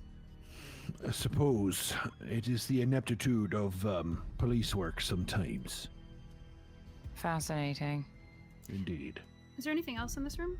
Make a spot hidden check, everybody. I'm assuming this is not the prop room. This is the prop room. Oh, it is the prop room. Ooh, it was the prop room. Spot hidden. Yeah. Let's do it. But there, I mean, even without the spot hidden, you can tell magic tricks, boxes containing various paraphernalia, links of velvet fabric, oversized playing cards, coils of rope, bundles of silk handkerchiefs, assorted magical apparatus. Nice. Anything 59 over 45. Oh, sorry. You're fine. I got straight up 20, under 60. Okay, great. So a hard success, great. Yeah. Diarmuid, Eden, how'd you do? 59 over spot hidden 30. Okay. I got a 35 under 75, so I think that's hard success. 2 hard successes, great. Nice. Yeah. Melody and Diarmuid, you're taking in a lot, and also maybe as you discuss this, why these items might be perhaps have been brought back to the house. Eden, your eyes go to holes in the plasterwork of the wall. And you even, with a hard success, are able to see what looks to be like the telltale brownish red of dried blood, where perhaps one of the Harvey brothers was run through and pinned to the wall. 5 thin, sharp holes. The carpet seems to have been mostly cleaned. Lorelei, as you're looking around and poking amongst things, you see a small bracelet.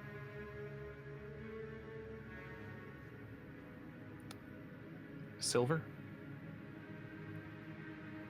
emblazoned with the letter M. Do I recognize it as one that matches what Melody's wearing? Yes. Melody, Yes.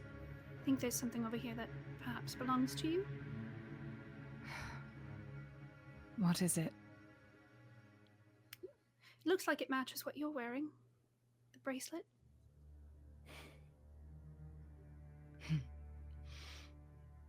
We thought it would be fun. Our parents gave us these as a gift when we were little, and we thought it would be fun for I to carry hers and for her to carry mine. It's very sweet. It was. May I? Yes, please. Thank you. And I'll put it on my other wrist. 2 bracelets that were never meant to be worn by the same person, but you do. Diarmuid, your eye catches, just because of the conversation you had earlier today at the Ace Emporium magic shop, a stack of 3 boxes, tall enough for a person if you opened all of them to fit inside. And your mind goes back to the conversation that Lorelei was having with the proprietor of the Ace Emporium magic shop about a trick known as the Zigzag Girl.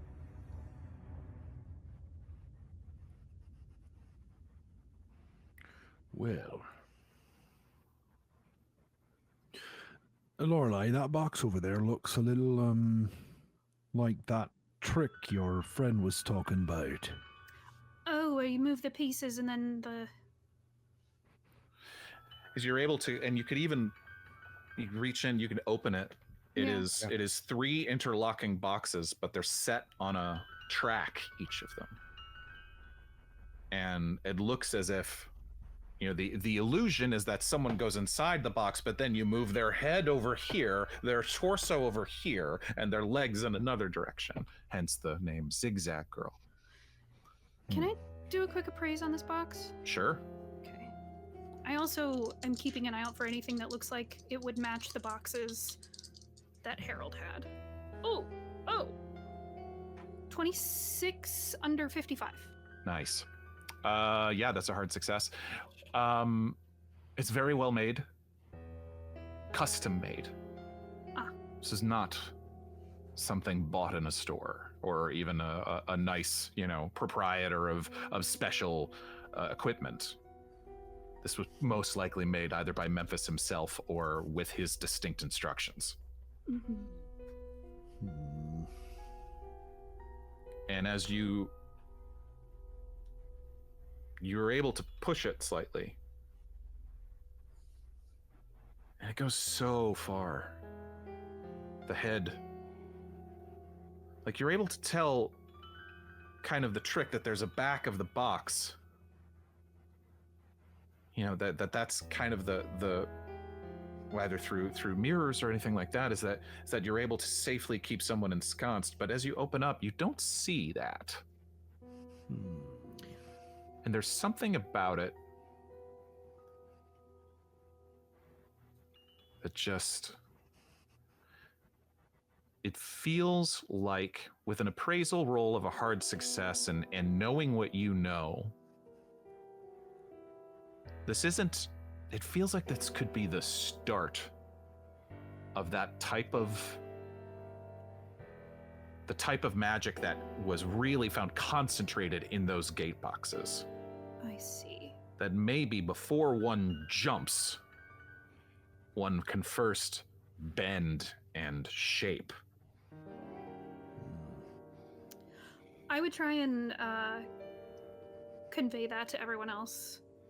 That it feels to me like it's the start of learning whatever magic, like it's the first step in learning whatever magic allows you to. But you're also able to tell that if this were just done, if this was simply used without the use of magic, you would snap someone's neck easily. Yeah. So he's a magician with no tricks, is what I'm hearing. So hopefully that means that the magic is not in the box itself, but it is in the man. Which is worse. Right, because it Better means the but man's worse. alive and around somewhere. But it also means that this box is not dangerous if it falls into someone else's hands, which is what I'm concerned about. But if this trick was meant to be used on someone else, then maybe his assistant, once she's feeling a bit more well, could answer some questions about what she's been through, because would she not be the one in the box? Did they have the same assistant? Yeah, I didn't know they had the same assistant. Oh, I'm just over my head. It's okay. They did not. You've heard of Interesting. this woman, Josephine Lynch, Mm-hmm.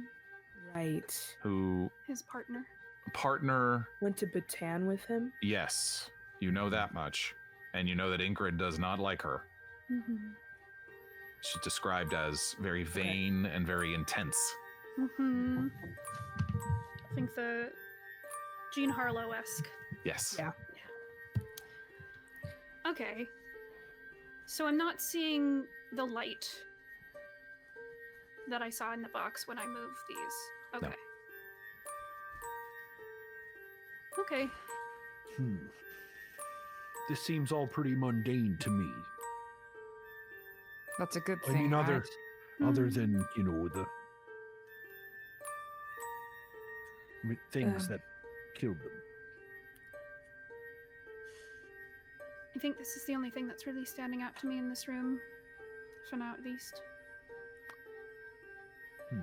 Are there other doors, Morgan? There is one door off to the right that kind of leads down the room sort of tapers down into a thinner hallway, and then a door to the right. Do we continue? Not outside. Does this? 'cause you It said does this not. It does door- not go outside. There is. I'm sorry. Yes, as you walk down to the left on that side, there is a door to a covered porch that would lead out the back. But Gotcha. beyond that, there is another door to the right. All right. Was there a door in the kitchen that also would go this direction? Yes. To the right? Okay. Yes. Lorelei, I'm going to peek in here. Okay. And I cautiously open it with the end of the rifle or end of the Thompson and look into that door. You poke your head in and your jaw drops. Occupying 2 stories is the small but well-appointed, very usable theater within the house. You can tell it was a conversion. Memphis perhaps using rooms on both the first and the second floor in order to construct this. You could even see above that there is a small gallery on the second floor. There's a ground level and a gallery. Heavy drapes line the theater's exterior walls. Half the room is taken up by a proper theatrical stage occupying about 50% of the room's width. It is 3 feet off the ground. with a slight incline. It's a slight rake towards the audience space. There, you could tell as where you're standing would be the back of the house, and you look down off to the right and you see where the kitchen door might also, there are 2 doors into this back of the house. You could be able to tell that maybe there would be room for about 4 or 5 rows of chairs, but these chairs are currently stacked off to one side against the wall. So the audience space where you're standing is empty. If you look in, there's a lot. If you look in, also at the back of the audience space, so just to your right, is a massive mirror. Like you might find in a dance studio. And you were able to tell basically if you stood on the stage, if you were Memphis practicing tricks and acts on the stage, that mirror would serve as the audience's eye to be able to tell angles, things of that nature.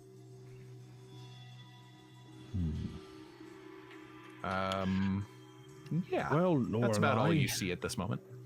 All the world's a stage, and the men and women merely players in it. Oh. Giant theatre. It's quite impressive. I don't like it. I don't either, especially at night. It's a little creepy in here. Are there lights? Are there lights? There are. There's a light switch. It is dark in here right now. Is it nearby?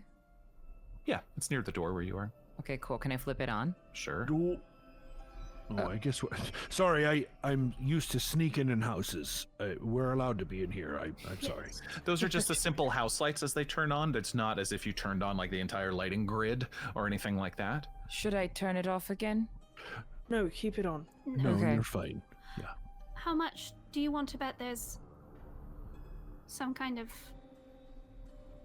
trapdoor Oh, that for goes sure. down into the basement? Oh, you think it goes all the way down to the basement? Well, it's just the floor below us. I just thought it would be a small, simple one so you could hide underneath.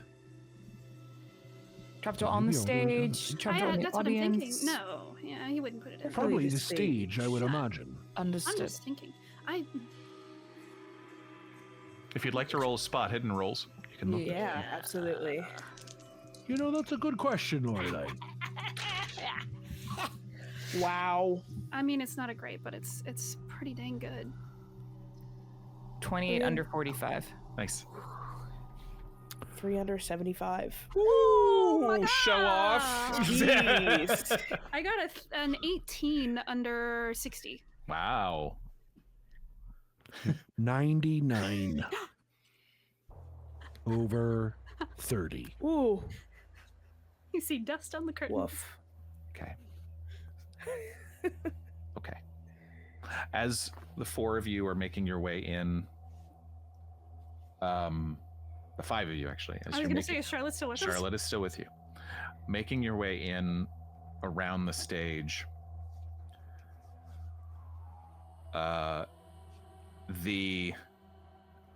You were able to find one trap door, well concealed, off to one side. Eden, your eyes go right to it, and Melody, you see it a moment later. Diarmuid, as you're looking, trying to, and you think you see one over here, your foot takes a wrong step. Ooh. And you feel it give away. Oh no. Roll a jump roll.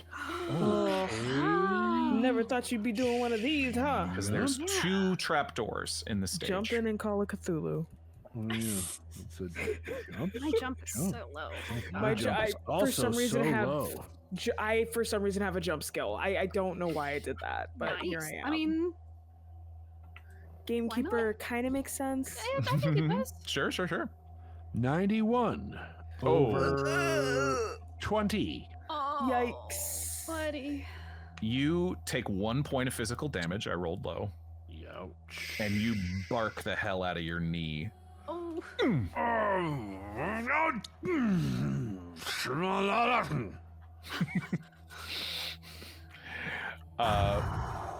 And you look down, and one of the trapdoors is open. It's big enough to fit a man.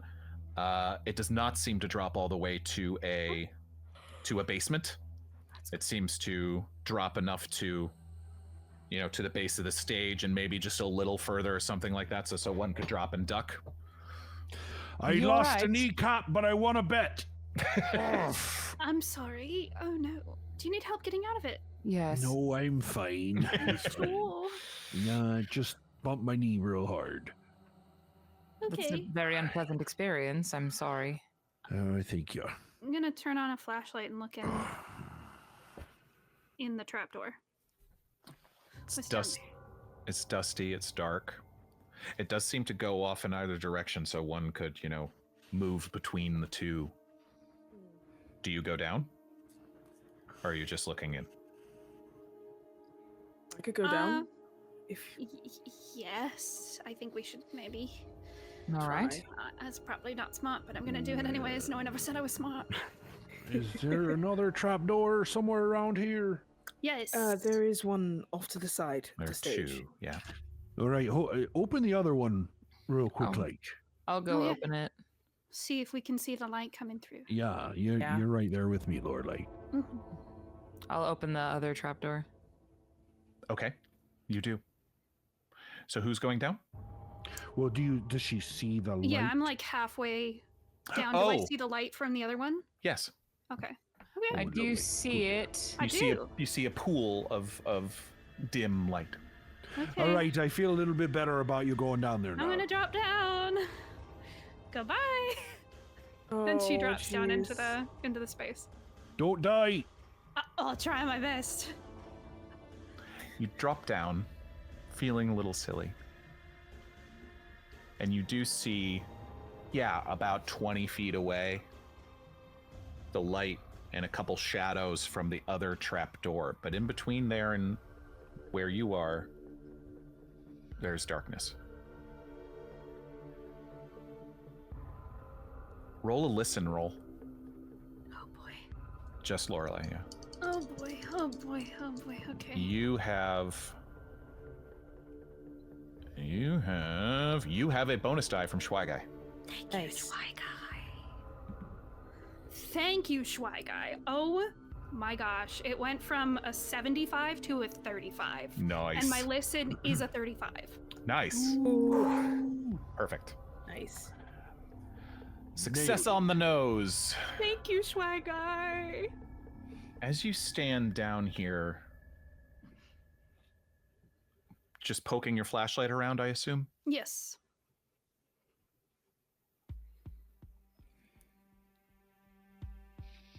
You think you hear applause?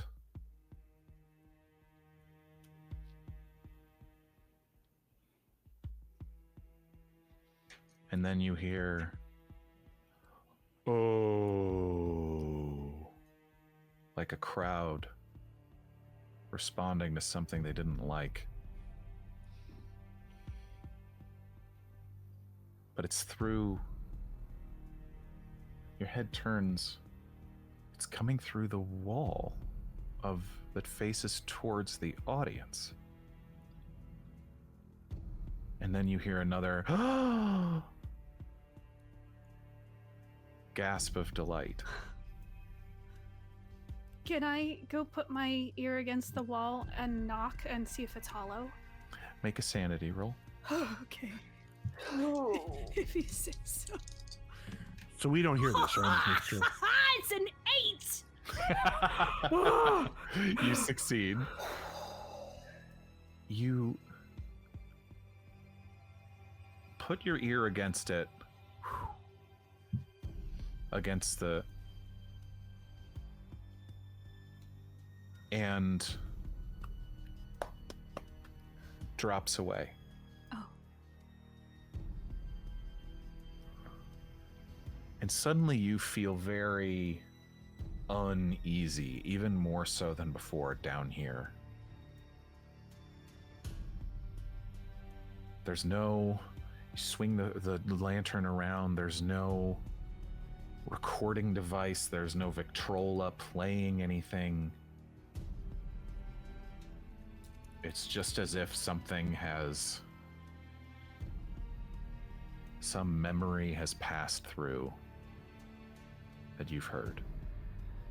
And when I knock on the walls down here, is it hollow or is it solid? It is solid. I mean, it's It sounds how it should. Yeah. For the width of wood that you're able to tell, it doesn't sound as if there's anything hidden. And is it just a straight up hallway? It is a crawl space. Yeah, a crawl space, but there's no paths on either side? No. Okay. It ends, it is the space. You probably see a few older, mustier, like curtains, things of that nature, maybe some extra rigging for the lights up top. Mm-hmm. But no, for the most part, it's kept pretty spare down here. Okay. She's gonna walk to the other side pretty briskly. Okay. Is it tall enough that I could reach my hands up and grab the edge and pull myself up? Yeah, it's only 3 feet, so you're ducked. Okay. Yeah, you're ducked this whole time, and you look to either side, and then, and move, cross the 25 some odd feet to the other trapdoor. And Eden, perhaps you even get a jump as Lorelei's head pops up. pops up. Hi. I'm Everything very all right? glad. Yes. Well, I heard an applause, and it sounded like there was an audience down there, but there was no one there. And you know what? Mostly, I'm very glad that when I popped up here, I didn't pop up somewhere else. I am too. Do you need help getting out? Yes, please. Morgan, is there up where it looks like he did the conversion on the second floor? Are there windows to the part where he cut off? I believe it's just doors. Okay. Yeah, it's just a single door in the middle of the back of the gallery on the second floor that you're able to tell from here. Really? Mm-hmm. Huh. And that's the balcony out there? So that door goes to the balcony, or? Correct. I think I'm reading this correctly. Hang on. I believe so. Yeah. Okay. You'd be able to see in the shadows some stacked wooden chairs up there as well. And there's only other doors that we see in this room is the other one we didn't come in. Yeah, one on either side of the ground. So he doesn't have like a dressing room anywhere? Not in this room, no. Oh. Interesting. Okay. And it's just wall behind the curtains in the back? Okay. So if my spatial awareness is right, there should just be the room off our entrance then. Unless those are more than one room. Could be more than one room. Yeah. Yeah, that's correct. With what I've just experienced, can I just stand on the stage for a minute and take in the room and see? I don't even know what this role would be, but if I sense anything weird, I'm trying to see where that feeling would have come from. Mm-hmm. Roll a power roll. Okay. 42 under 60. Nice. You're unsettled. And part of it is that mirror at the back of the room that you can kind of see yourself standing here on this stage. You look kind of small and silly. Mm-hmm. What do you look out of place. You all do. And this room,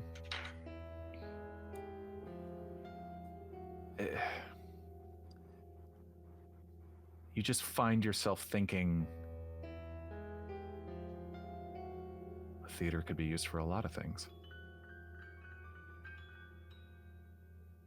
What would someone with, you see all the chairs, you see all the stacks and rows of things. It's like, this could be a place for children's parties and birthdays and exhibitions, private shows, things of that nature.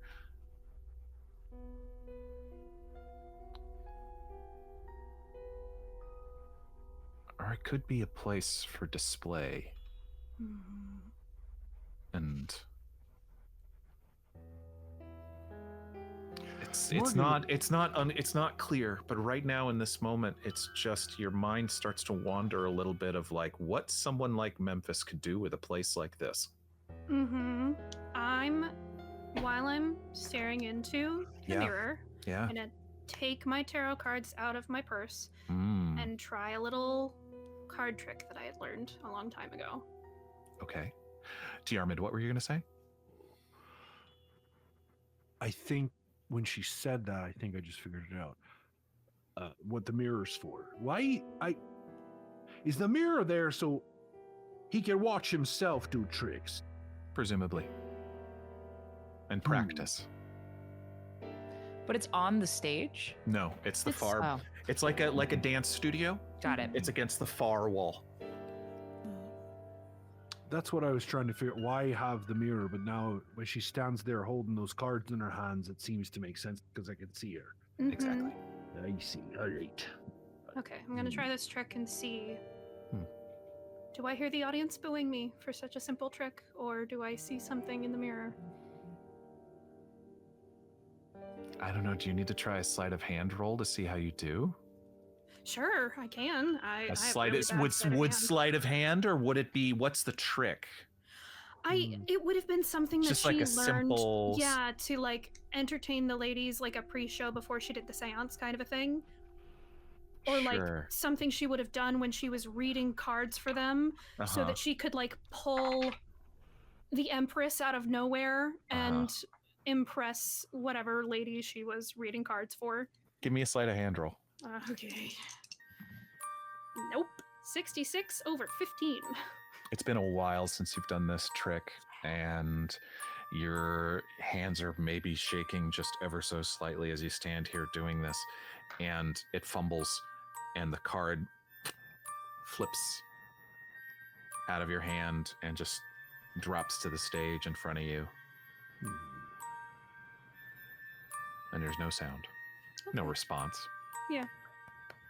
Clapping. You don't have to applaud. Thank you, Melody. That was very kind. But I just wanted to see if there was going to be some reaction from the room. That sounds ridiculous. I know. Just feel weird. It's all right. What reaction were you hoping for? Any reaction, actually. I just feel very strange in here, and I can't put my finger on why. Something about the mirror and the audience space. Those aren't playing cards, right? They're No. fortune-telling cards? It's a tarot deck, yes. What card fell out? What card fell out, Morgan? Oh, You get to do it again. well, that is an excellent question. If it's the tower, I'm gonna exit. Give me a second. I could cheat this and say it's the tower. No, I'm not. No, I'm genuinely not. So how many? Okay, 1 second. There's like 13 major arcana. Yep. She would have had the full deck. Yep. I mean, she carries the thing with her everywhere. Yep. Diarmuid has slung the thing over his shoulder and he's flipping through the book. What did you get? What did you get? I want to make sure. I rolled a 2. Now,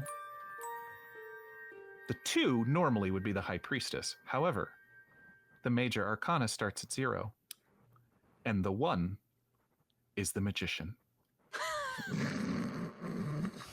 Dude, what is happening? Every time I have tarot cards on any of these Dungeon Run shows, weird it gets so stuff weird. happens. So the Every magician single time. represents skill, power, and the ability to manifest intentions. She's just staring down at the card. Is that a bad one? No.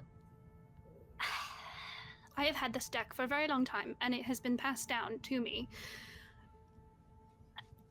It has a way of being very funny and calling me out, and I don't like it. And the fact that we are in a magician's house on a magician's stage, and the magician is the one that falls out, is very, very funny.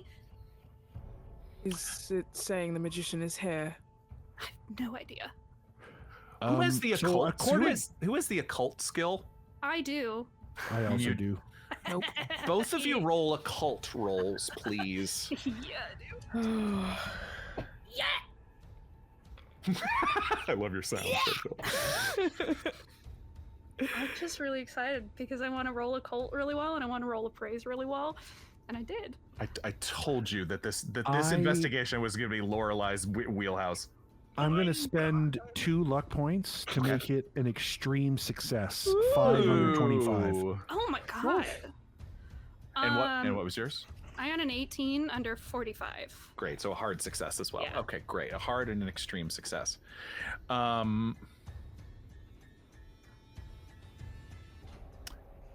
Something about that book. Thaumaturgies of the New England Canaan.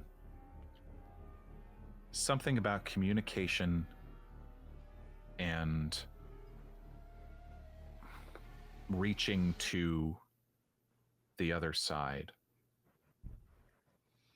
There are certain, as Mildred said, there are certain components needed.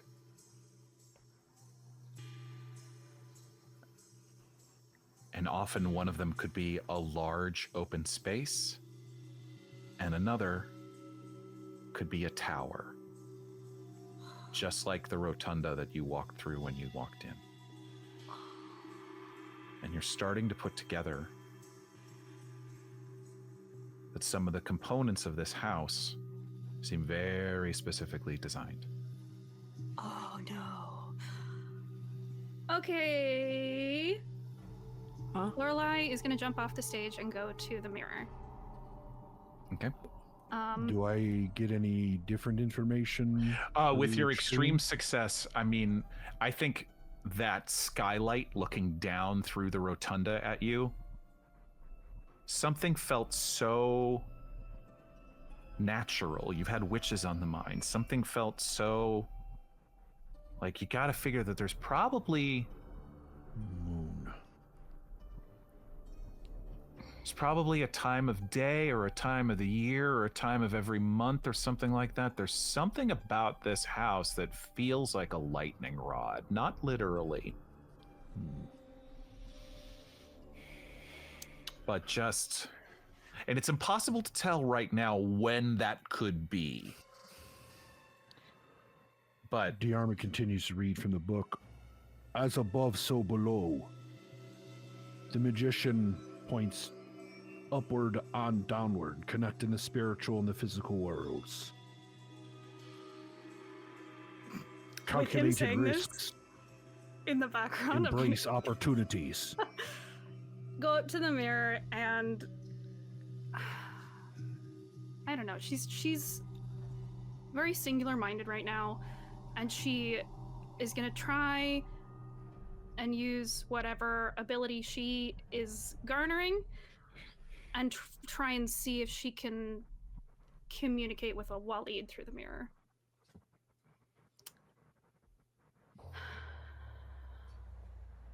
She's getting a vibe from the house.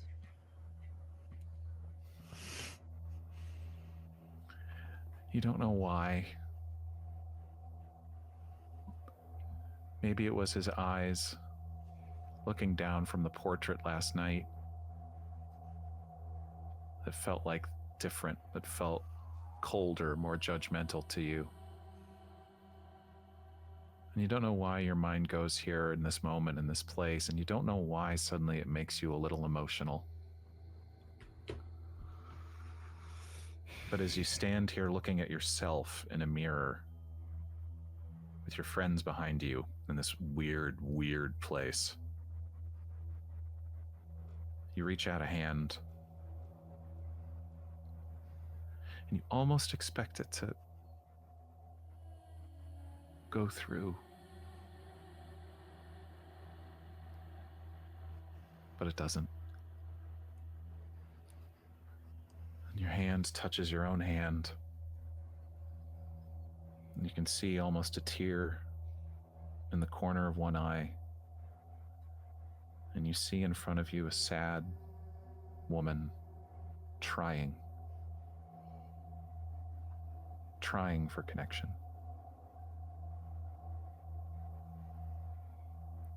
But right now, in this moment, you don't feel anything.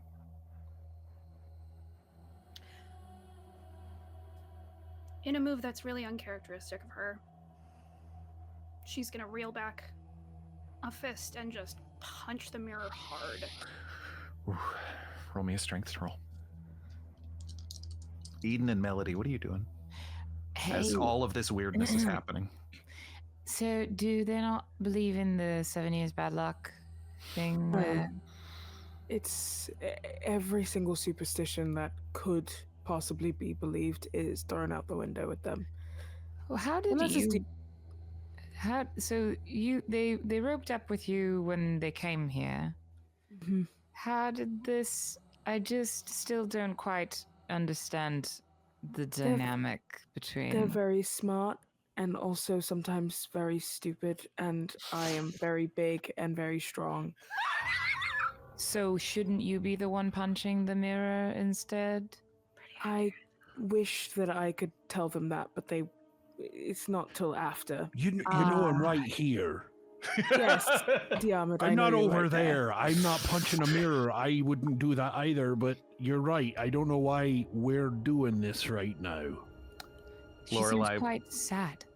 Lorelei, what did you roll? I just sent you a photo. Oh. 0 and a 1. Whoa. Whoa. That's wild. Oh, boy. Mm-hmm. Okay. My strength is literally a 32. I was gonna say you're probably the weakest of the group. Yes. Okay.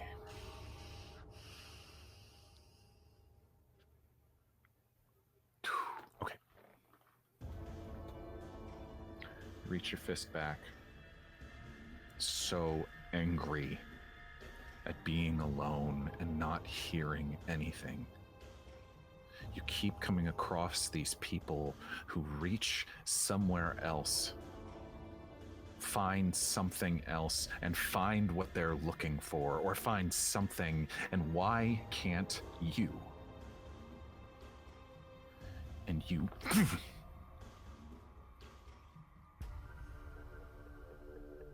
You're gonna take 1 point of physical damage. Okay.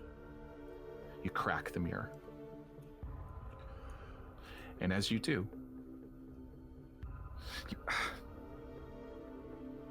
there's a trickle of blood on your hand. And you look up, and the house behind you is dark. You can't see your friends. Behind you is a dark stage. Dark curtains. And the chairs that you know are stacked off to one side are set up. But you know in your mind they're there. But right now in this mirror, in this cracked mirror, you see rows of chairs and you see silhouettes of an audience facing a stage, facing that stage away from you, looking expectantly up towards the stage that is dark now in this moment through this mirror. It is as if time has stopped.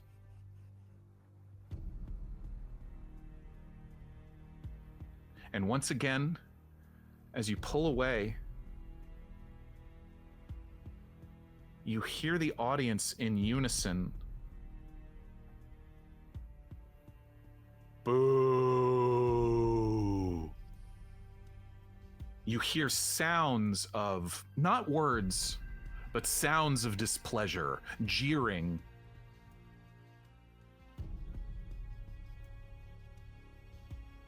Impatience. Venting.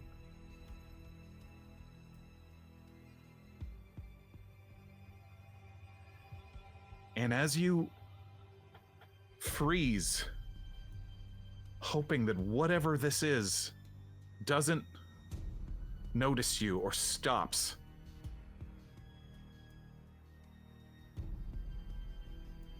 one of the shapes right closest to you turns its head back in your direction, over its shoulder. And for just the briefest moment, you glimpse two protrusions out of the head, similar to antenna, milky, covered eyes.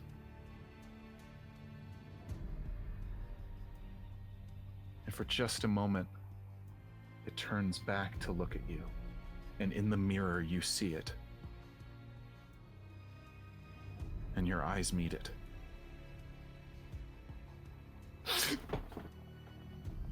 And the lights are back on. And your hand hurts, and your friends are there. And you all just saw Lorelei punch a mirror. The mirror is now cracked, and she hurt her hand, and she starts. Oh, that's all right, love. And I go and take like a wipe from what would be like a windshield out of my pocket, and I'm like, it's a bit dirty, but you know, just to dab the. May I? Make another sanity roll, Lorelei. 30 under 53.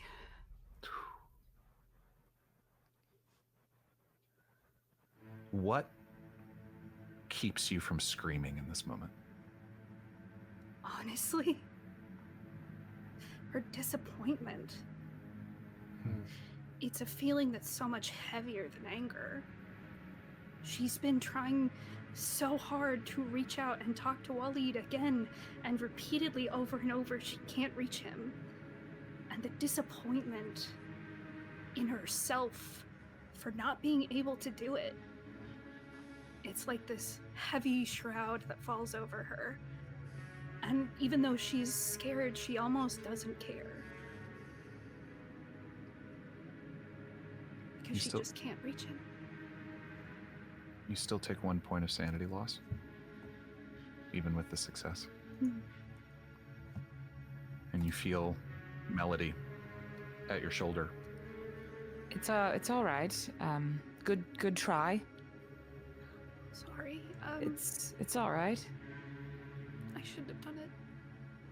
Oh, that's with the tall one. Eden, was it? She's the one who punches things. Is my understanding? She's much better at it. Oh, are you hurt? You're No, crying. I'm fine. Don't worry about it. It's... Well, you're not fine. Your hand is bleeding, so I will do my best. I'm not a nurse or anything. Thank you. Of course. We do have a doctor. Oh, right. Apologies. And Charlotte steps forward and starts to, in her usual nervous but very steadfast way, bandage your hand. Can we leave this room now, please? Yes. We should. I was just going to suggest that, and I'll go through the other door, which I assume is the kitchen. Yes. You step forward, another entrance of the kitchen. It feels a little labyrinthine, as if you have sort of walked in a circle. And Lorelei, do you linger? Do you move quickly? No, I think she's moving kind of slow. Eden, you feel Lorelei hanging towards the back. I will do what I do best, which is kind of silently trail. I will be the last person out of the room. But I think I look back at the mirror where it's cracked. You see just a little bit of Lorelei's blood on the crack. Yeah. I will look at her now bandaged hand. And I think yes, I will just follow everyone out of the room. Diarmuid, where are you going? There's a room we haven't seen, or maybe two. There is the dining room. The dining room, yeah. Is that off the kitchen here? I'm assuming. It is, yes. All right. Yes, it so is. It's actually directly to your left. Yes, as perfect. you. Yep. Cool. Yep. So I'll just open that and peek in it real quick. I won't enter it. I don't know that it's very interesting necessarily, but yeah. It's again, beautiful windows in all directions, trees carefully planted to, really frame it nicely, frame all of the views. It's a large dining table. It seats 10. It is currently set, though not like it's just set for nice presentation. There's a replica of the Nefertiti bust discovered at Amarna. And if you look at it, you see a small plaque indicating it was a gift from Kaiser Wilhelm II in 1913. But beyond that, yeah, there isn't anything else in this dining room. We've seen the floor then, right? Yeah, so I guess we've got to go upstairs or downstairs. What about that spirally staircase? Well, that would be upstairs, I think, yeah? Hmm. Wait, does that say Kaiser Wilhelm II? It does. Holy crap! Should we perhaps knock out the basement while we're here? Sorry, it's Kaiser Will. Anyway, very rich. He's a very, very well-renowned, famous magician. Yeah, yep. Also, the last surviving king of Prussia, if I remember correctly. Yeah, right. Yep. The German fall of the First German Empire. He just got abdicated, I think. If I remember correctly. Right around 1918. All right, so do we want to go upstairs or down then? We could split up. I don't think that's a good idea. Some of us tend to get real emotional. Hey, that's a key. I am not portion of referring to being you, an I'm referring to investigator. myself. I get emotional. I'm sharing that weight. But again, why we should not split up. We do have plenty of time. So we can always look through the entire house together. All right, do we want to... So we'll just save the basement for last then. I was interested in the spiral staircase. So. All right. Yeah, it seemed Melody was as well. So let's do that one then. All right. I'll start slowly climbing the spiral staircase with the machine gun already. Great. You start circling this rotunda, this airy circular space. Yes. Of all the guns are your friend, is any one of them your best friend? Oh, no, that's reserved for a human being. Ah. Who is your best friend? Currently? Yes. Oh, probably Eden. Oh, well, that's nice. Well, she's got a good head on her shoulders, and she's strong, and she calls me dumb out loud, and she's right. So And she tells it like it is, and I appreciate that. I also sneak him a lot of snacks. Well, that part I wasn't going to tell him, but yeah, she does that too. I don't know how she knows what I like, but she does. It's a strange thing to me. Almost like I know you. Almost. Yeah, that's why I like Eden. All right. Single file, you walk up the spiral staircase, passing the portraits of the Schwartz family decorating the walls. As I said, one is of Memphis and Ingrid. You see another of Memphis and a younger Harold Hawkins. You arrive at the second floor, and you're able to see it continues upwards towards what you would guess to be an attic. And you see more portraits up on the walls of that side. You see advertising posters for Memphis the Great, all playing on the Egyptian theme, hieroglyphs, obelisks, pyramids looming in the background. There's often a female assistant in robes and a black wig in a trance or levitating. But you're able to see closest to where you're standing right now on the second floor, there is the most recent poster, dated last year, depicts Memphis and a levitating blonde woman who looks kind of like Jean Harlow. I never understood what the fixation on ancient Egypt was. Yes, it's quite mysterious, but I don't understand all the fanfare. All I can tell you is white people. Genuinely, that's what it is. I understand. It's a whole, yes. That makes sense to me. Yes. Oh, there's The blonde- also... Oh, yes. go ahead. No, you say words.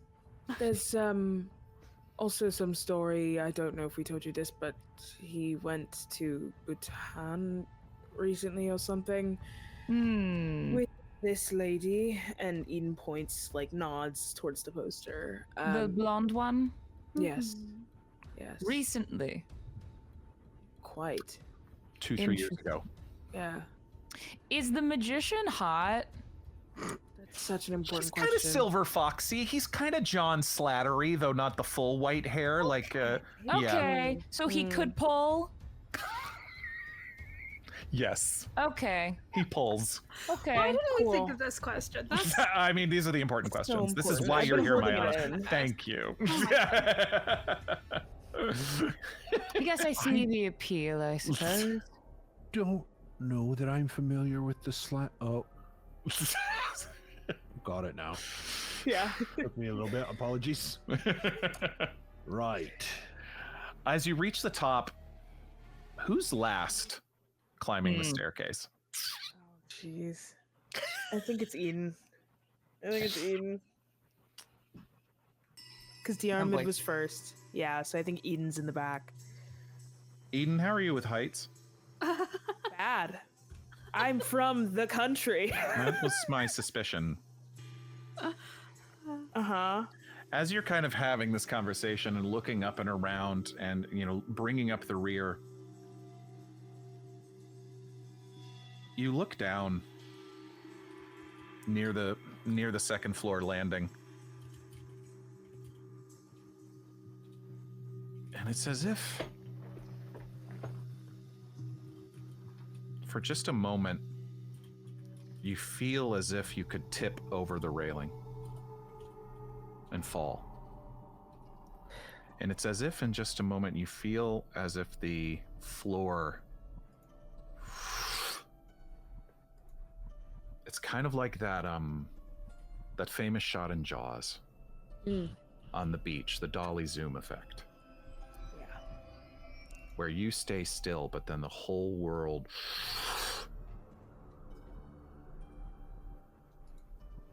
and you could almost feel it's like the wall behind you for a moment, just a moment, you're not even sure, feels as if it expands in your direction ever so slightly, as if to push you ever so slightly.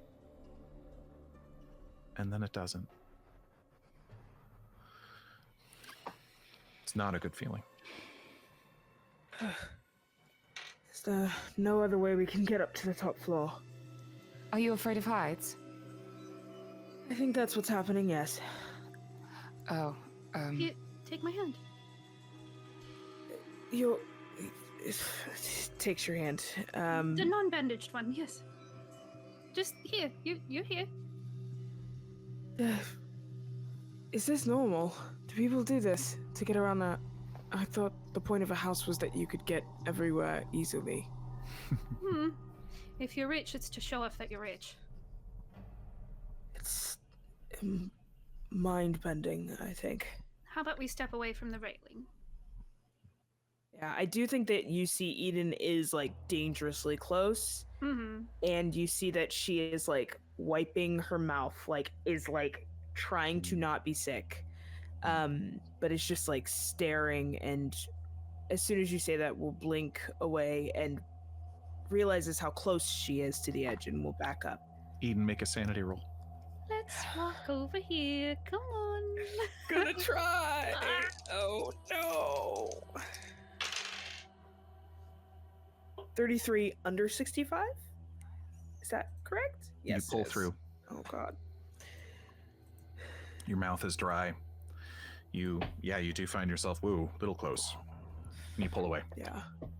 All right, are there any other phobias you happen to know you have that we can avoid in the house? I will plug Charlotte's ears. We should absolutely tell. We should avoid severed limbs. Yes. But the leg. Yeah. It's a whole Which was a big thing. problem. It was a Yeah, very it's a big bit of a issue. problem. We figured it Okay. out. It's how we understood that severed limbs was a thing. Yeah. So heights, limbs, mirrors. The ocean. No, I'm not Just in afraid of general. mirrors.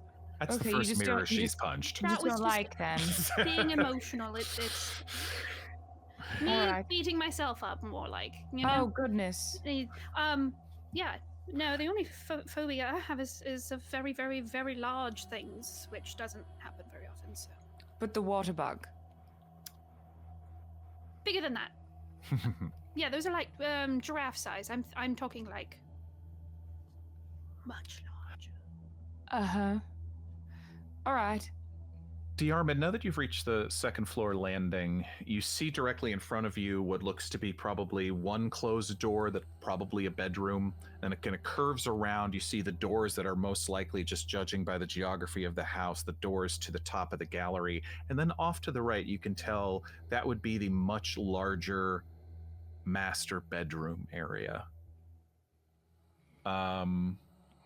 The rotunda, I will say, the spiral staircase does continue up ever so slightly, just a bit more, to what you can tell is a small storage space.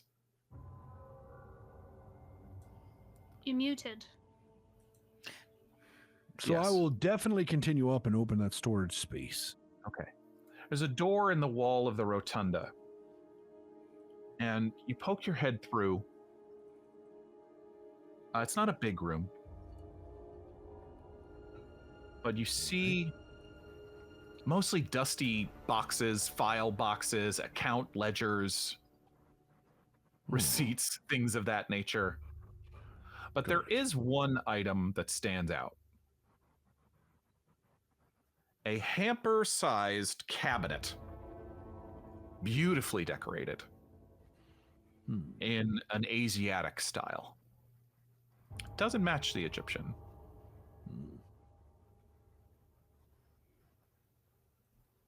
And why is it here? Hey, is Bhutan in Asia? Believe so. It is just south of China, just east of Nepal. My experience is all in the other side of the world, so Africa, Middle East, Europe, whatnot. All right, well, all right, I'm gonna walk in there and go look at the box. Anybody following him? Since he is talking about like something that could be appraised, yes. Yes, she's following. You poke your head in, and you also catch sight of this intriguing. It's got the air of the authentic. You give me an appraise roll.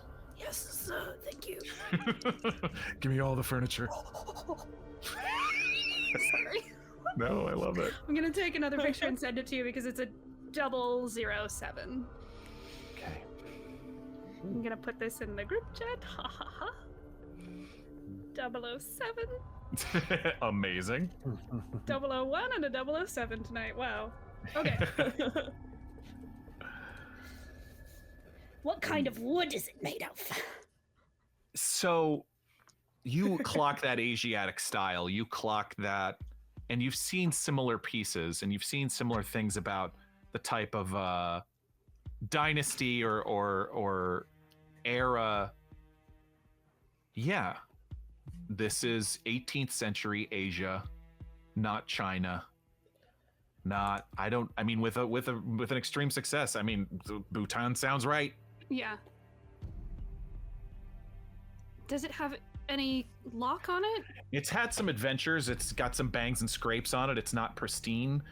It seems like it should open, but there is no obvious lid. Oh, it's a puzzle box. It's a puzzle box.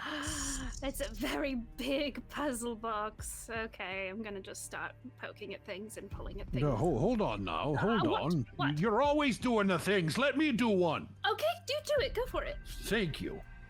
Also, I was it's looking big, at is it. it- You just came in here and took it from me. I'm Is sorry. it scary big or is it not scary big? It's hamper-sized. Yeah, it's hamper-sized. So that's not scary. No. Good to know. Good to know. Scary Oh, to me. Some of the biggest explosives are about the size of a hamper. Okay, well now I'm a little worried. Well, yeah, that's what I was just saying. It's a little... Anyway. Puzzles and bombs You said a don't have puzzle a little box. Well, it's a frosting good thing line. I've been trained in cryptography. You would be able to tell that this would either take a locksmithing or a mechanical repair roll. Oh, well, I've definitely got some locksmithing on me. Well, we also happen to have someone who is very good in mechanical repair, I believe. That's also true. Here, yeah, I guess you should do that. Should we carry it down too, then? To that floor? Or are we going to do it right here? I mean, I guess I could bring it down the stairs a bit. Yes. I'll help. Carry this hamper-sized puzzle box down to where they are. Okay. Yeah, they lug this like beaten, like slightly dinged up hamper-sized box down to you, down on the second floor landing. Here, it's not far, just but a little bit, and they set this down in front of you. And I mean, you've never seen anything like it. No. But as you start to, yeah, you get the sense of like they say puzzle box, they say things of like, oh, okay. Yeah, I think you think you see like you know mechanics, you know cogs and machinery and things of that, and it takes you a second, but you're able to give me a mechanical repair roll. I'm gonna spend some luck points. Okay. I'm rolling so bad tonight. It's an 83 over 70, so I'm gonna spend 13 and just hit it right at 70. Can I help at all? Yeah, with my Can we lend a hand? With my 007 appraisal. With your appraisal, I'll tell you this one. Actually, you do have. I'm sorry, I should have. Angel Devilson did send you a bonus die. If you would like to try it, or if you would just like to take your normal success. Hard and extreme are sometimes worth it. Luck. But yes, you could so you don't have to spend that luck. You could try to roll the bonus. Okay, die. yeah. So a bonus die is I re-roll just the D10, the right? 10 value. Yeah, the 10 value. Yeah. Ooh, I don't know if it's gonna make enough difference because I rolled the 80, right? Right, but you roll lower. You would roll the double-digit one. Oh, I'd roll the double-digit one. Yes, okay, sorry, I'll that's re-roll that what one. I meant. Yeah, not the one value. Okie dokie. 33. Okay. Nice. Under 70. Yeah. Hooray! Thank you. Thanks, Franz. Nice. With a hard success. Yay! Thanks, Franz. Able to shift and move things around, and Lorelei with her excellent sort of like, oh, I think I've seen something. You know, like there, you know, you haven't seen anything quite like this, but there is something like that, and you've seen similar things, and with the help, you are able to shift and move and click, and you open this puzzle box. Well, I don't know why anybody would spend so much time making something so complicated. Oh, they're fun. With a hard success, you, as Lorelei says, oh, they're so fun. You do catch sight of a small compartment that has a small needle on it.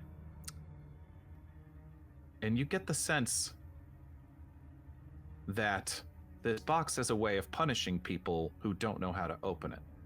Huh. So if you had failed, perhaps you would have caught a nasty little sting. Fun, you say? Mm-hmm. Interesting. Why? I think they're fun. This one appears to have a bit of a bite to it. It's just a little needle. Bite to it? Yes. If you get it wrong, it stabs you. Oh. Oh. Most of them don't do that. Well, then that means there must be something really important in this thing. What's in it? He wanted to protect. Yeah. Inside, as you shift the pieces away, there is a velvet tray holding weird 7 glass spheres, each one about the size of an orange. Huh. Each one inside, you can't tell. It looks like there's something inside, but it has a milky, cloudy shifting consistency.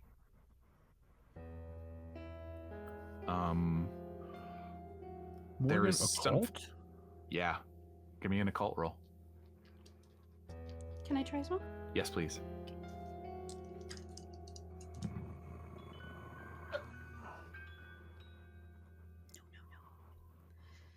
88 over 45. Nice. 25 under 25. Oh, nice. Okay. I couldn't remember if it was 30 or 25. My skill, I mean. You're not sure what exactly these are, but something about whatever's inside them, it changes color and consistency when you move it around. Right now it's all staying kind of dull. But Lorelei, there's something about the shifting, watery texture that makes it feel that each of these might contain a small piece of the ether. Doctor, I'm assuming you're sharing that. Yes, so Charlotte. Yeah, Charlotte is here for sure. Yeah, I would. Doctor, do you have the blood? She does. Yeah, good call. Can I borrow that a little bit, please? She hands you this little vial. I will. Don't touch them. Unscrew quite a little bit. Are you holding it near it? No, not yet. I just have the blood. Okay. I'm letting Melody hold the box.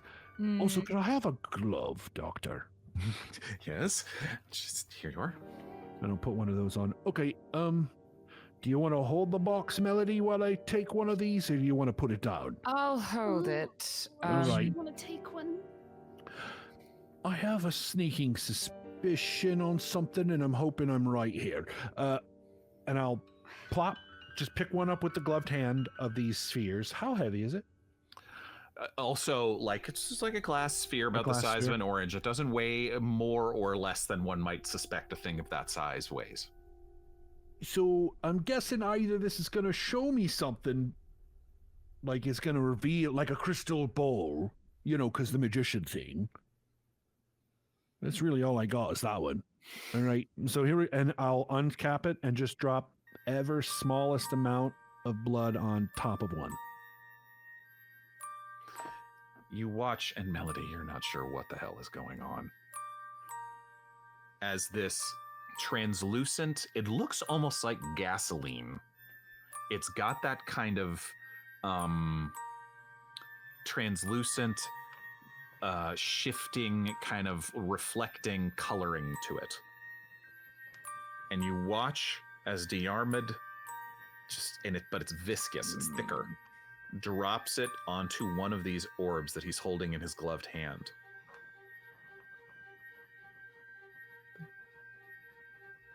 Two drops. Oh, just the one or two. Just the one? Don't do it anymore. And yeah, you just stop. the one. And you're like, and there's almost an exhalation of what? Well, and then poof, it turns a bright purple. Okay. That's not what I suspected, but that's still pretty good. What does it mean? Hold on a second, and I'll rub off the blood on, Doctor, you have another cloth I can have, or if not, I just gotta grab. You know what? I'm just gonna rub it off with my shirt, and then, is it still purple? As you take a second, and it slowly, as you wipe it away, it slowly shifts back to the milky, shifting consistency that it was before, or coloring it, because the bright purple is gone. I'll cap the vial of the blood, and then just clink them together. Clink them together as you bring them closer together. Purple. Yeah. Okay, that's what I thought. This thing detects it. If it's got ether in it, like you said, Lorelei, it lets us know the thing that's either of ether or maybe related to ether. Do we need to? You didn't bring the book, right? No. What book? Good. I have a bad book. Shit. And I think that's where we're going to end for tonight. I know it's getting late, and oh man. And I think Lexi's internet finally died out on her, unfortunately. But there's so much in this house, and I was like, I love a good cliffhanger, but but this is there's so many moving parts, and you guys are so smart. I'm just going to warn you. Next game, I'm just going to run around and put those glass orbs on stuff. Well, we can put it just touching the stuff. Touching everything with my orbs. Oh. That's what I just talked about, because I was like, I'm going to touch. No, I didn't say that. No. Yeah. We can put them against people and see if they've been... Yes. Oh, God. That is only the beginning, my friends. Oh, Oh, this was great. I love you guys so much. Mayanna, welcome to the show. I love this. This is so much fun. What a scary house. And just a nice, great, scary house. Well, aliens, maybe. Maybe. Well, aliens. Well, aliens. Well, maybe aliens. I think that's a good description of Cthulhu. Well, aliens? Question mark? Oh my goodness. Thank you so much to all of our patrons. Thank you everyone in the audience for your interactivity. I saw a bunch of gifted subs out there. Thank you, friends, for all of that. This was one of my favorite episodes so far of this. I love this. There was so much good stuff going on. What? That card. Dude. Look, I don't want to say you should break them out every episode, but we've done it twice, and both times it's been weird as heck. Don't tempt me for a good time. I'm gonna do it. And I totally got the book so that every time you look up a card. Good. Wow. Okay. But we like to end every episode with reading off of the certain of the names of certain higher level patrons and the styles of their choosing. I've emailed all of you the names. And I have some wonderful suggestions here from our patrons. I think it's time to refresh this list, but we've gotten some great suggestions from Idaho Judd and Angel Devilson and Tapartos and other friends. But yes, you can always, any patron can go ahead and suggest styles for how we read, because we've got some fun ones. I think I only emailed it a minute or two ago. So do you have it? Yeah. All right, beautiful. All right, we're gonna start very appropriately, I did not plan this, from Idaho Judd for Team Force of Shadow with a suggestion from Idaho Judd. So for Team Shadow, the suggestion is an alien autopsy gone wrong.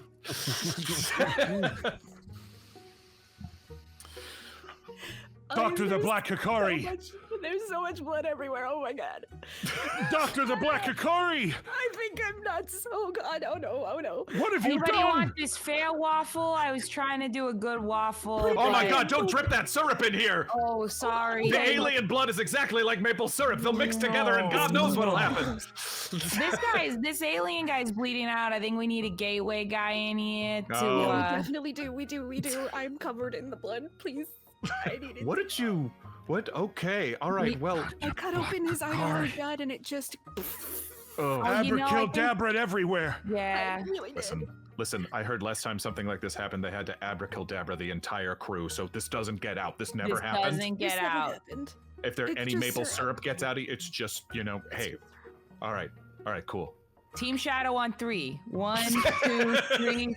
Team Shadow. We're going to the grave with Team Shadow. I don't know about you, but I'm leaving as soon as you all go to sleep. Thank you, Team Force of Shadow. That's a fasty but a goodie. We love you. With Team Force of Light, I liked this one, Angel Devilson. I don't know what it means. We'll figure it out.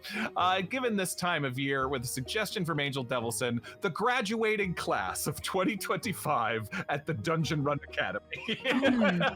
Festive life preserver, magnum cum laude. It's pronounced preserver? Preserver. Thank you. And it's pronounced Lude. Lude. That doesn't sound right. That definitely doesn't sound right. It's right now. Devilson Magnum Cood Audi. That is the car I drive, yes. She gets she gets a car. That's a very good one. Yeah. And in fact, very apropos, city racing girl, magna cum Ferrari. Oh, wow. So the city racing girl and the Angel Devilson will be racing after the ceremony. I would expect nothing less. Fender. Oh, sorry, you go. Please. Thank you. Fenderil. Please come up and get your diploma. You don't have any extras. You didn't get any special accountability. No. But they do get this nice varsity letter. Oh, is that the It's the G and an R. GQRU? That's everyone who's a member of the Ghostbusters Quick Response Unit gets the. With their 2019 play, the Dungeon Speedrun, they all get this beautiful Letterman jacket letter. 2019, did they all stay in the school for 6 years? We don't talk about that. Okay, got it. Sorry. Ghostbusters Quick Response Unit, Magnum Cum Miller Meteor. What? That's the card in Ghostbusters. God, oh wow, good. Wow, that's a deep cut. Deep cut. Right. They named the club after themselves. Braba. Yeah. Braba. Got you, Braba. You skipped half of classes. You're not graduating. Get back in there. Sorry, we busted him. We've been trying to get Braba for years. Sorry, what a bummer. Just Jules, Magna Cum Diamond. Wow. Also Ruby and Emerald. Wow. And Sapphire and Tiger's Eye and Citrine and Amethyst. Unbearably loquacious magnum kumbaya.